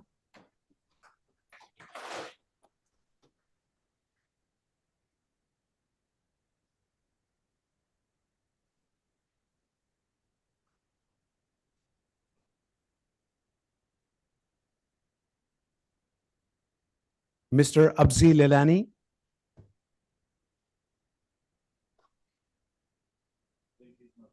Abzi is not. Okay, good. Sure. Professor Abhilasha Singh.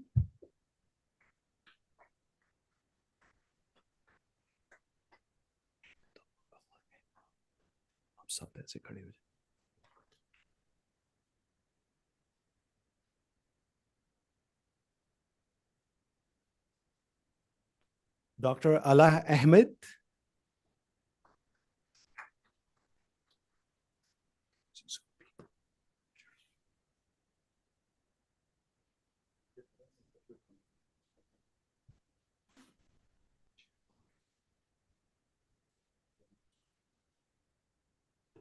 Dr. Bashir Zogbi.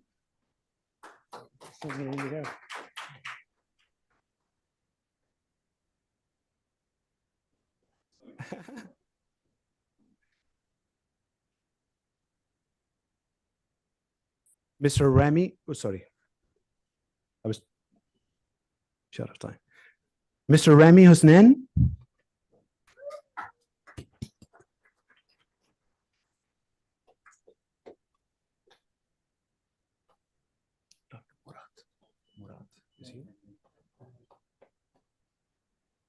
Dr. Murat Akaya.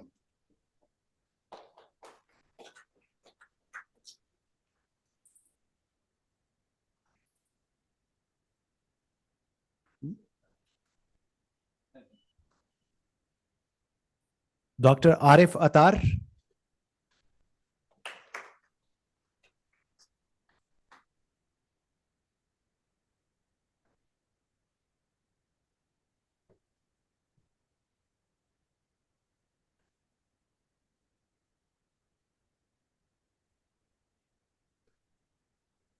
Dr. Tatania Zalan.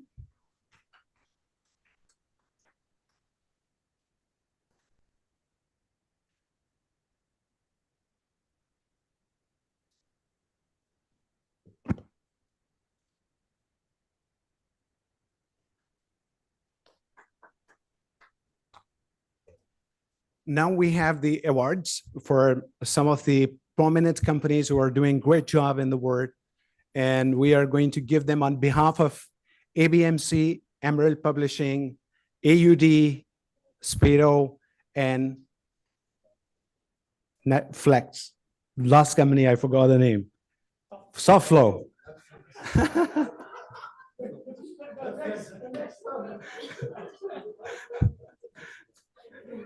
That's the next spell.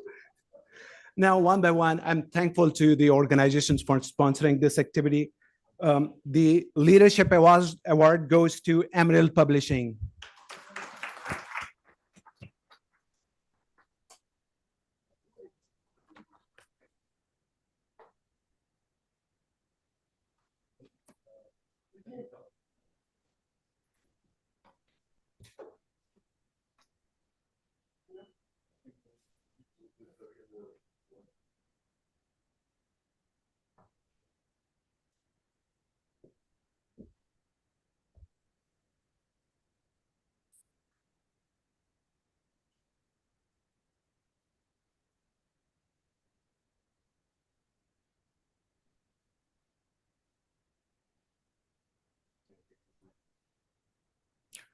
As I forgot the name of Softflow in the beginning, so as a penalty, double award. So ABMC award goes to Softflow. So every year we give this award to one company.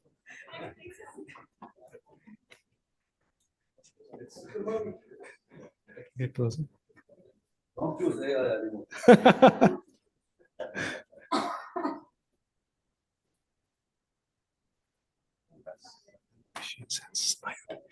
Now, Sustainability award goes to Machine Sense IoT. So,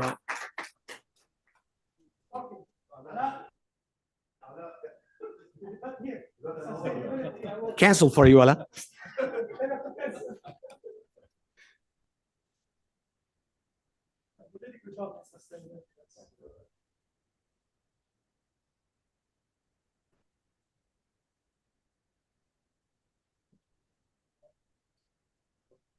And Leadership Award goes to AUD Business School.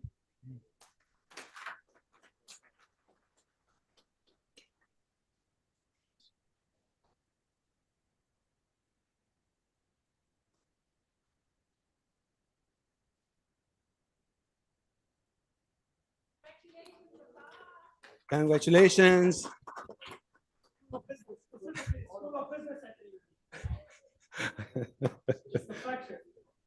Last but not the least, Innovation Award goes to Evolutions.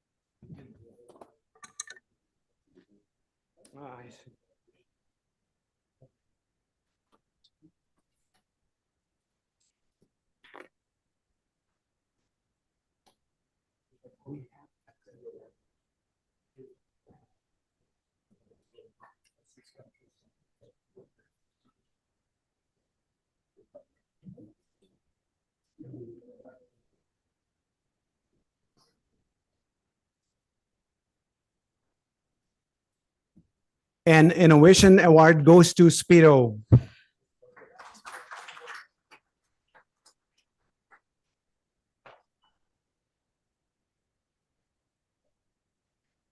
One is missing. One is missing.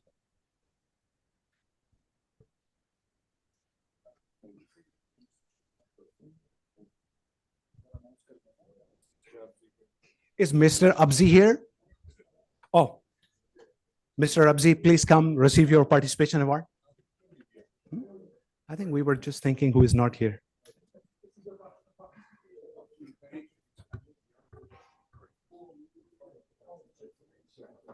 $2:30.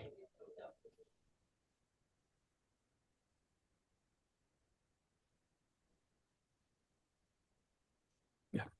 Thank you very much, everybody. Now it's time for the pictorial session. So we want everybody to come at, sorry? Yeah. Thank you so much. We'll go down. Yeah, go down. Not here, because here the place is very small. What do you think? Or we can have here if you know. Okay. Okay, we are going to put it off. Can everybody come on the stage, please? Let's have a picture here, and then we will go for the lunch.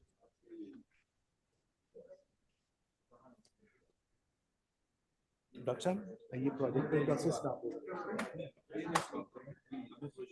कैसे?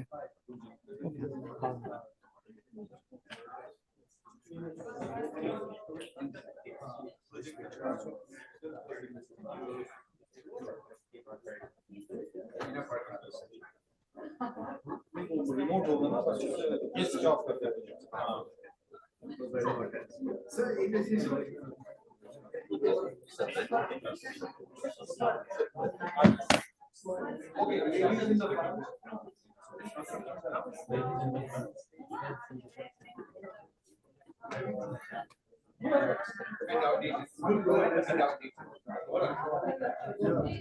The stage.